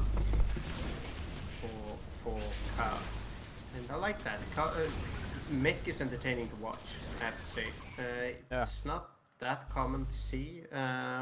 Most of the time, Terrans aren't actually winning with it. It's a hard strategy to utilize right now. It's not that common for mech players to actually succeed with it in Legacy. So at the same time, if we can see it, it's always entertaining. But this Banshee actually goes down without actually getting any value from it. So No, not even a shot out. yeah, so the missing out with that first damage that you can get from a Banshee, having research, cloak, etc., is kind of a big investment that just failed. Yeah. That's And That's a we can tough- also tough see one. that Revolution is actually getting a Spire here, so maybe he will go into Mutas now then. He has only produced Lings so far, so that would be probably what would make most sense. Yeah, I'm not entirely sure. You usually get the Spire for later on getting Broodlords, because you really want that against mech. But yeah, Don't you want a Roach Warren or something like that first? exactly. You want something in the meantime, and that is usually roaches. Yeah. Looks like Revolution actually feels a bit safe with this. It might be that he's just getting links and thinks that he can defend this with links and queens, and then later on get some mutas just to be able to defend. Even later on, then getting Broodlords. Here comes the Mutas actually, so 8 Mutas going out for Revolution here. And well, it seems like Kaz is actually transitioning into bio here. He has research stim, he's going for the combat shield and +1 in both armor and attack, so a lot of barracks also being produced now, so And that is when I think Revolution should actually be a bit careful with what he's getting, because it's hard to actually damage a bio player with mutas. yeah. Especially if you get some turrets down, if you get a good marine count. Oh, that Banshee's gonna die as long as it goes for it, but you have to go for the marines. There's not enough marines to actually engage into these mutas. No, he has a And really this low is- marine count at the moment, even though he has stim. But I mean, as for now, I would really like that Revolution actually tried to keep pressure before he managed. Yeah, let you do it. Well, I was going to say. Yeah. I was going to say before he managed to get that marine count up, and well, maybe he didn't need to do anything special there because he caught Kaz at a bad timing for him. Yeah, I think that was a bit of a build order loss actually.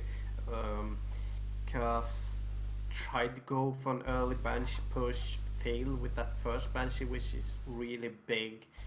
The second Banshee didn't really get anything out of that either, so he basically let the Zerg play macro up, get a good economy. He didn't really get much with the Hellium push either. So the Zerg got 3 bases, got a decent amount of gas mined, and ended up with a lot of mutas. And at the same time, Kaz had invested so much into that early mech harass, so he couldn't really get the amount of bio he needed in time for defending against the bio. Yeah, exactly. So yeah. Well, it seems like I'm the one playing Kaz now instead of Psy. I don't know. That sounds reasonable, I guess. Yeah. So I mean, would be entertaining though. That's for sure. I was the one inviting Revolution actually. Oh, all right. Well, Yeah. interesting choice. Right, so we are waiting for this game to start. It's 1-0 for Revolution. Yes. In a best of 3. Yeah, so this might be the last game that we see today. Precisely. And it's on. Alright, so we are moving into game number 2 on Frozen Temple. One of the old maps actually, so no new shenanigans. Probably we'll see some of the For old me, stuff. Frozen Temple is still a new map because I think that Dusk Tower and those maps are the old ones, but Yeah, well, if we go by that, I would say that Frozen Temple is new to me too. yeah. But it's been in the map for quite some time now, so Yeah. the players are well aware of all the small proxy positions, scouting positions, etc., etc. Are you following All the small SUV kicks. or? Yeah. Okay. Right, so in the bottom right corner, playing as the Red Terran, it is Kaz. And in the upper left corner, up 1 game, playing as Zerg, it's Revolution! Look Yep. at that That nasty it is. Zerg. Infesting everything he sees. Yeah, disgusting for sure. You see that Swashbuckler in chat told us that was shit regarding that last game, and I might not use those words, but at the same time I will agree. I don't really think that what Kaz did there was really panning out or really working out at all. He basically just lost that. Yeah, and the Banshees there, I mean, as you said, invested a lot into that Banshee, but didn't really get anything out of it, so... Exactly, and that is just, I mean, you have such a steep tech curve to get the Banshee. You invest so much into just getting a Banshee and then also getting cloak, etc., etc. You basically prolong the amount of time that you are weak back home. Yeah. And then getting up against 8 mutas with an equal amount of marines. That's doomed. It's not really working out. Same time, I think Kaz could have, if Kaz had a mine or 2, could have gone a lot better, but yeah, I don't know. Revolution also had 2 overseers with him, so he could have just tanked those shots and then brought down the mines. Wouldn't really matter too much for him. So yeah, I think Kaz was just dead anyway. you as a Zerg player, what is the I mean, what do you really struggle with against the Terran player? Is it timing pushes or? For basically two base timings are always fishy. Generally, Terrans are a lot stronger than Zerg in the mid game, so you have to basically in the early game you can come up ahead against Terran or the opposite. It's quite even, but as soon as you get to the mid game, as soon as the tank count gets high, it gets really hard for Zerg to actually do something. As long as you're not really good at playing with road strategy and infestors. Yeah. That means that what you as a Zerg player has to do is survive, defend drops, defend aggression, get a good economy, and get up to high tech. We might actually see some drop play here from Revolution. He's building an evolution chamber, a baneling nest. And he's also getting the overlord speed, which is finished now. So yeah, we are probably gonna see drop play. Yep. Might be even an all-in, because he is actually, this is probably an all-in. Yeah, he's playing the Hino play basically. Yeah. I'm not gonna give this to Hino though. He's not the first to do that. But this is what we saw in that Hino game earlier. So yeah, exciting stuff. And it's good to see another race than Terrans actually dropping. dropping. Well, And Cast does not have enough to deal with this. I mean, having Hellions won't really help against the Queens. No. Having a few Marines at home won't really help. Not even having a finished wall means that you'll get reinforcements into your natural. Yeah. So yeah, I'm not really sure what Kaz is supposed to do this here. We see the is drop not is good for Kaz actually. He hasn't it's spotted actually this. counter pushing now, trying to get those reinforcements. But I mean, your main is under attack, man. And there's Indeed. 3 queens defending the ramp against these Hellions, which is enough, basically. And at the same time, you have links that are harassing your mineral line. Yeah. That drop won't really help much. This, though, is not that great to engage into with surveys. Basically, have a Hellbat buffer, a SCV buffer, and then your queens. So I yeah, really I like like the that fact that he choice as well. actually. Yeah, I like the fact that he actually just decided to get into the overlords and run. This overlord has a It's queen so in it. close.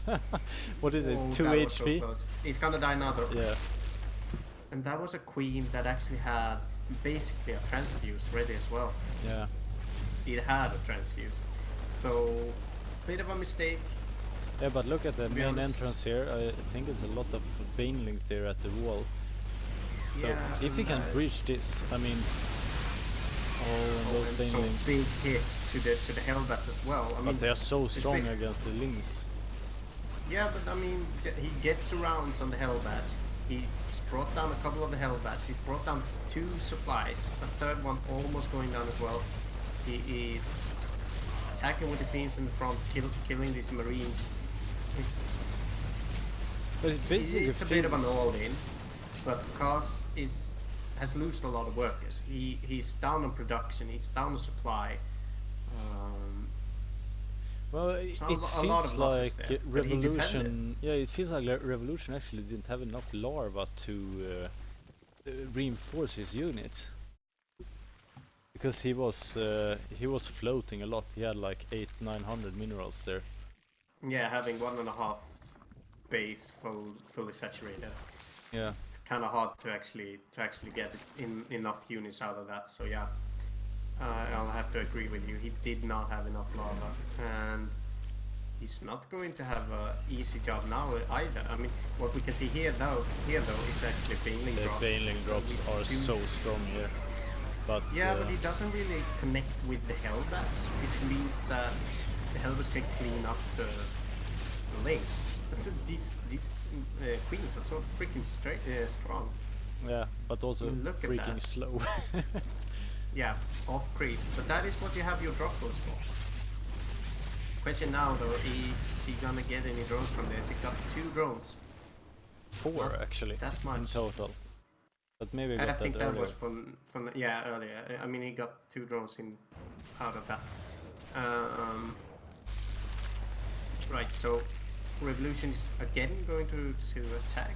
Yeah, I like that he puts pressure here because he basically destroyed Ka's whole army there, and I mean, just constantly making Kas produce more Hellbats and doing these bailing drops to his worker line. I mean, that hurts the economy. I guess, and I like the fact that he's actually using his drop lords to get that wall instead of sacrificing banelings against Liberator. Yeah. I mean, look at that now. He actually gets in. He actually gets one of the Liberators by utilizing his queens. Or so I thought. He's actually not. Yeah, this is really good play from Revolution. Actually, yes, but at the same time, he just barely gets both of those Liberators. Actually, being out of position for one of them, but actually manages to get with the other queen in the end. Yeah, Yeah, but look still, now. clean it up. Same as the previous push, he doesn't have any reinforcement actually coming in, and it feels like he maybe even should put down a third hatch here because he has 600. I think he should have done that units. earlier. I mean, at the Yeah. same time, he could have lost it, I guess, if he had done that.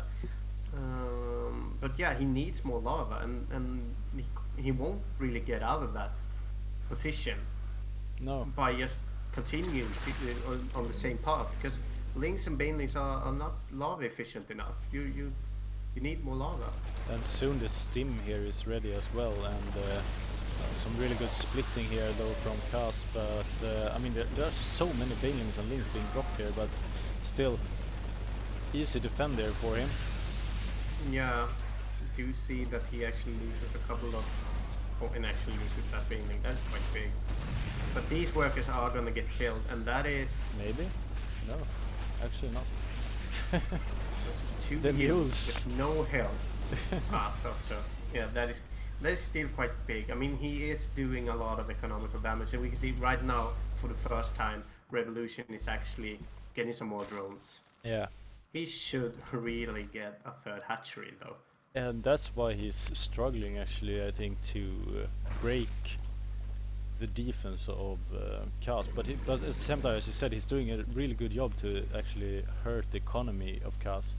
But I mean, Yeah, and just hurting him generally. I mean, it's Yeah. not like Cass is comfortable in pushing, as it looks right now. And No. Cass is like, he needs to repair, he needs to build supply depots again. He's just setting him back all the time. yeah, So it's not, yeah. So Cass is just barely holding on when it comes to getting a good eco, but at the same time, Revolution can't finish him off. So yeah. and he's Bit of a actually standstill. his marines are starting to get quite strong now with the stim and soon the combat shield. So, I mean, the more upgrades that Chaos gets, the weaker the banelings and links will be basically. And I mean, especially with the stim now finished, he can actually stutter step away from the banelings. Yeah, and just split will Yeah. be a lot easier. So yeah, but I do like the fact that there's actually a third here now for Revolution Finally. almost up. You can see that there's a Spire as well, will help a lot with dealing with drops, for example. And it seems like he's getting muted. Yeah, This and game. I like that. I mean, if you're going for Link Bane, it's pretty understandable that you are going for Mudas after that. If you've been disinvested into it, I mean, he's even getting Baneling speed, so yeah, I like that choice. This drop though, you can't really let that get his hatchery. I mean, that is he needs to stop that, and he actually will with the help of Banelings. Yeah. There's not much you can do about it. Oh, well, it actually might be, because to engage into this, he's actually gonna lose even more Banelings to the Yeah, he will Liberator. lose this. Yeah, he's actually sacrificing it, and I guess that is understandable. I think Revolution did a misplay there by running his links up towards the main instead of just staying back home, because there's not much links can do Look against at this Liberator push. anyway. This is a really strong push with all the Hellbats. Still can be cleaned up with some Baneling hits and the Mutas, but the Mutas aren't here. No. Look at the low health on these Hellbats, and these Marines won't really be able to kill this either. But the Liberators are so Liberators are annoying. strong. Yeah, just getting that AoE damage Yeah. enough to scare these away. So Revolution is back to 2 hatcheries. He won't really have as much of a problem with lava now though, because he's actually getting units that is actually quite expensive. Oh. Yeah, I do understand that though, because Cast did a lot of damage to Revolution, and he got his 3rd. Generally, moving into the mid game on 2 bases against the Terran, and you're not being able to finish him off, it's just too scary. I mean, his units lost momentum basically because of upgrades, etc. So do you want to know about Lille Kanin's latest tweet? Yeah, sure. When mech gets better, I will be unstoppable, Kappa. Well, I mean, he's got a point. Yeah, well. Still going for mech right now. I mean, it's hard. You're in a tough position, Lille Kanin, but I admire your determination. Yeah, exactly. Right, so we are moving into game number 3 in just a few moments, waiting for that invite into the lobby. I got it. Sure. So it's the final map of tonight, actually. Wrong map though. Shouldn't be Frozen Temple. No, they play that.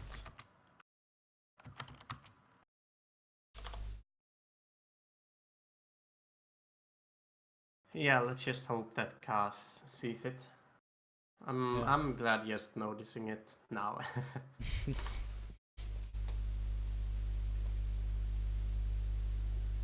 Right, so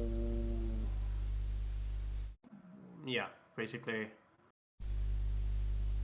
Woohoo! I am leaving that lobby, waiting same for Kaz to fix that, basically. Right, so 1-1. I think Revolution, he has played that suboptimal, basically. He could have done that better. He could have finished Kaz off. I think basically when he had like 900 minerals, he should have just put down a 3rd hatchery. If he had done that, he would have had lava for that 2nd push, and he would have done a lot more damage, and he would have been able to just reinforce and just because while Revolution was in there, he got a few SCVs, etc. It's still like I'm not sure how to formulate this sentence. It's basically like Revolution did damage, but it didn't do enough, and Kaz held on and managed to slowly get the upgrades, slowly get to the mid game, and by doing so winning because of that. Yeah. Not by any incredible plays or anything. It's just I found you. Yeah, barely holding on. So yeah. 1-1 moving into the 3rd and final decider. We have in the upper right corner the red Terran. It is Kaz. And in the top left position, playing as the pink Zerg, it is Revolution. So, what do you think about this game now? Decider, first match to Revolution, maybe it was some kind of build order fail from Kaz there, as you said, and Kaz bounced back, defended really well. I think that basically in the first game Kaz made a big mistake in how he utilized his units with that build order. And in the second game, Revolution wasn't really decisive enough. He made a big mistake not getting a 3rd hatchery, staying on Ling Bling too long, not being able to finish Kaz off. Kaz manages to bounce back and win because of mid-game strength of Terran. Yeah. So basically, none of the players have really won the game yet.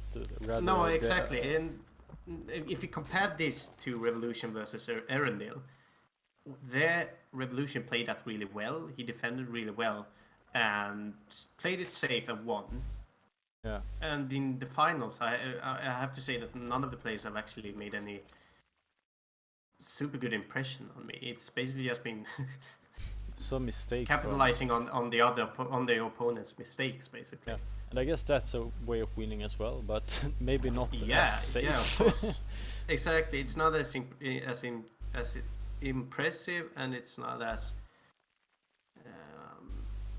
the wins aren't as confident as I would say that they would be otherwise. So in conclusion, basically, this third game could go either way from the we have seen exactly. so far. I have no idea who is gonna win this. I can't really say that any player is favored. It's just totally at a loss here. So double I barrack thought- and factory going down for Cass. Yeah, and that last game I thought that Kaz was gonna drop. And we didn't see that, so I'm wondering if he's gonna do that now, but he got a second barrack, he got a take clap, so I'm not sure. Actually doesn't really look like that. It looks more like a standard play of just getting bio up, basically. Maybe he wants to protect himself as well at home. Yep, that might be. We do see ventral sacks going down. Because we have That's seen scouting. two bailing busts from Revolution, right? Or did we? First game? One of them was Hino Ah, yeah, true. on in the round of 16, I think it was. And now it's basically just been that second game basically. We don't really see Revolution going for any drop play now. He's just getting overload speed to build the scout and then goes for third. So he wants to macro up a bit. Yeah, and at the same time we see a lot of Marines from Cass. His researching steam is getting the starport, so I mean, might he drop from Cass? Getting a lot of Marines, so it would make sense. Actually getting an engineering bay as well now. Yeah, seeing that starport, seeing that reactor and the switcheroo that will happen here, I think we're gonna see a double medevac and a lot of Marines getting a big drop there. But it feels like, I mean, Revolution here is the Baneling nest here, and 4 Banelings to protect against this drop. So Yeah, he will be able to defend against unstimmed. Well, he actually gets stimmed, so yeah. Still, I mean, Kaz will have to be really good at splitting his Marines in order to do real damage here. Yeah. And also at the same time, it goes a lot to how Revolution actually positions his army, because he needs to be where the drop is happening. And he actually did not see those medevacs moving away from his base. But he will doesn't see it here. now either. But that is a little bit too late. I mean, he has his queens ready, he has his links down there, and they are moving up now. It's many queens. I mean, he got 5 queens, a lot of Banelings, so yeah, we did not see any big baneling hits there actually.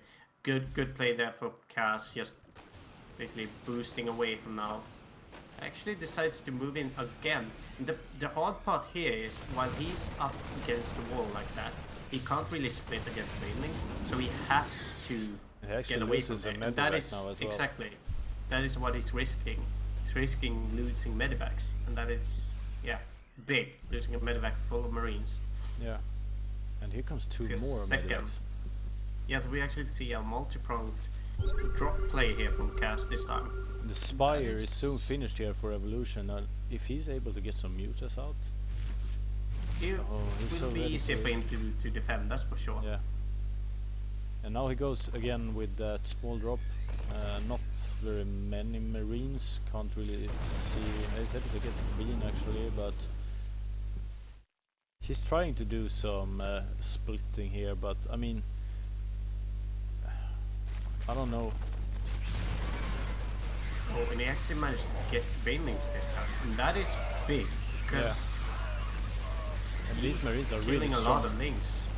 Yeah, he's killing a lot of links, but you can't really move in against queens like this, with a lot of transfuses on them. Look at that medevac. So Yeah, that close. medevac is just And here are the mutas. barely getting away. But yeah, as said before, getting mutas will basically shut down drop play, because you can really handle the drops. What is scary for a Zerg play that goes for mutas though is the fact that you are gonna see Liberates quite soon. Yeah. And the Liberates are scary. For mutas at least.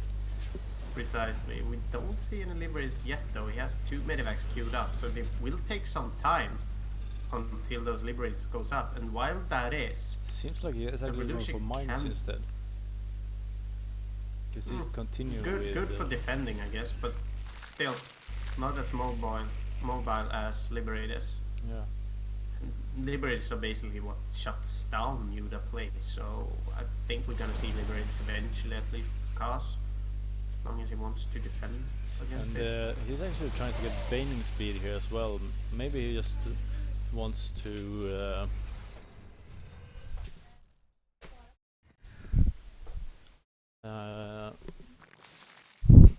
1 second, can you just talk some? Oh, okay. Yeah, so we can see some Marines here getting killed together with the Mutas. Well, against the Mutas. Mutas going for that medevac first. 2 prone drop here, 2 medevacs, a lot of Marines raining down on the mineral line. Getting a couple of drones. This is a drop that is really scary to deal with, as long as you're not there with your army, but the army eventually gets them a big bailing hit there for Revolution, getting like 6 or 8 Marines basically free of charge, courtesy of bailings. Right, so that drop gets cleaned up, and a lot of medevacs actually being taken away there for Cass as well, which is sort of a big loss as well, because every time you get a medevac, you actually sets the Terran back on potential Liberators, because he needs medevacs for his Marines. And yeah, here comes the first Bailing Circling push, getting a lot of Marines, still a lot of Marines left here, and these mutas are, yeah, they are not really that well equipped to handle these many Marines, I have to say. So we can see that first push there from the mutas did not really go that well. He didn't lose any mutas, and that's the most important part, but he can't really go into these Marines. I'm back. He has to go back and basically recuperate, get Banelings, because he needs something against the Marines that is not mutas. Right, so the Banelings he actually has to move in with his mutas now, just to get these Banelings up before going in. And yeah, we can see now Cass is actually splaining a lot. That's Really well done from Cass. And There's there's GG. GG, and Cass actually takes game number 3. So This... means that Cass actually took home game number 3. he should be the winner. Since it says at least on the website that it's best of 3, so I guess we should follow that.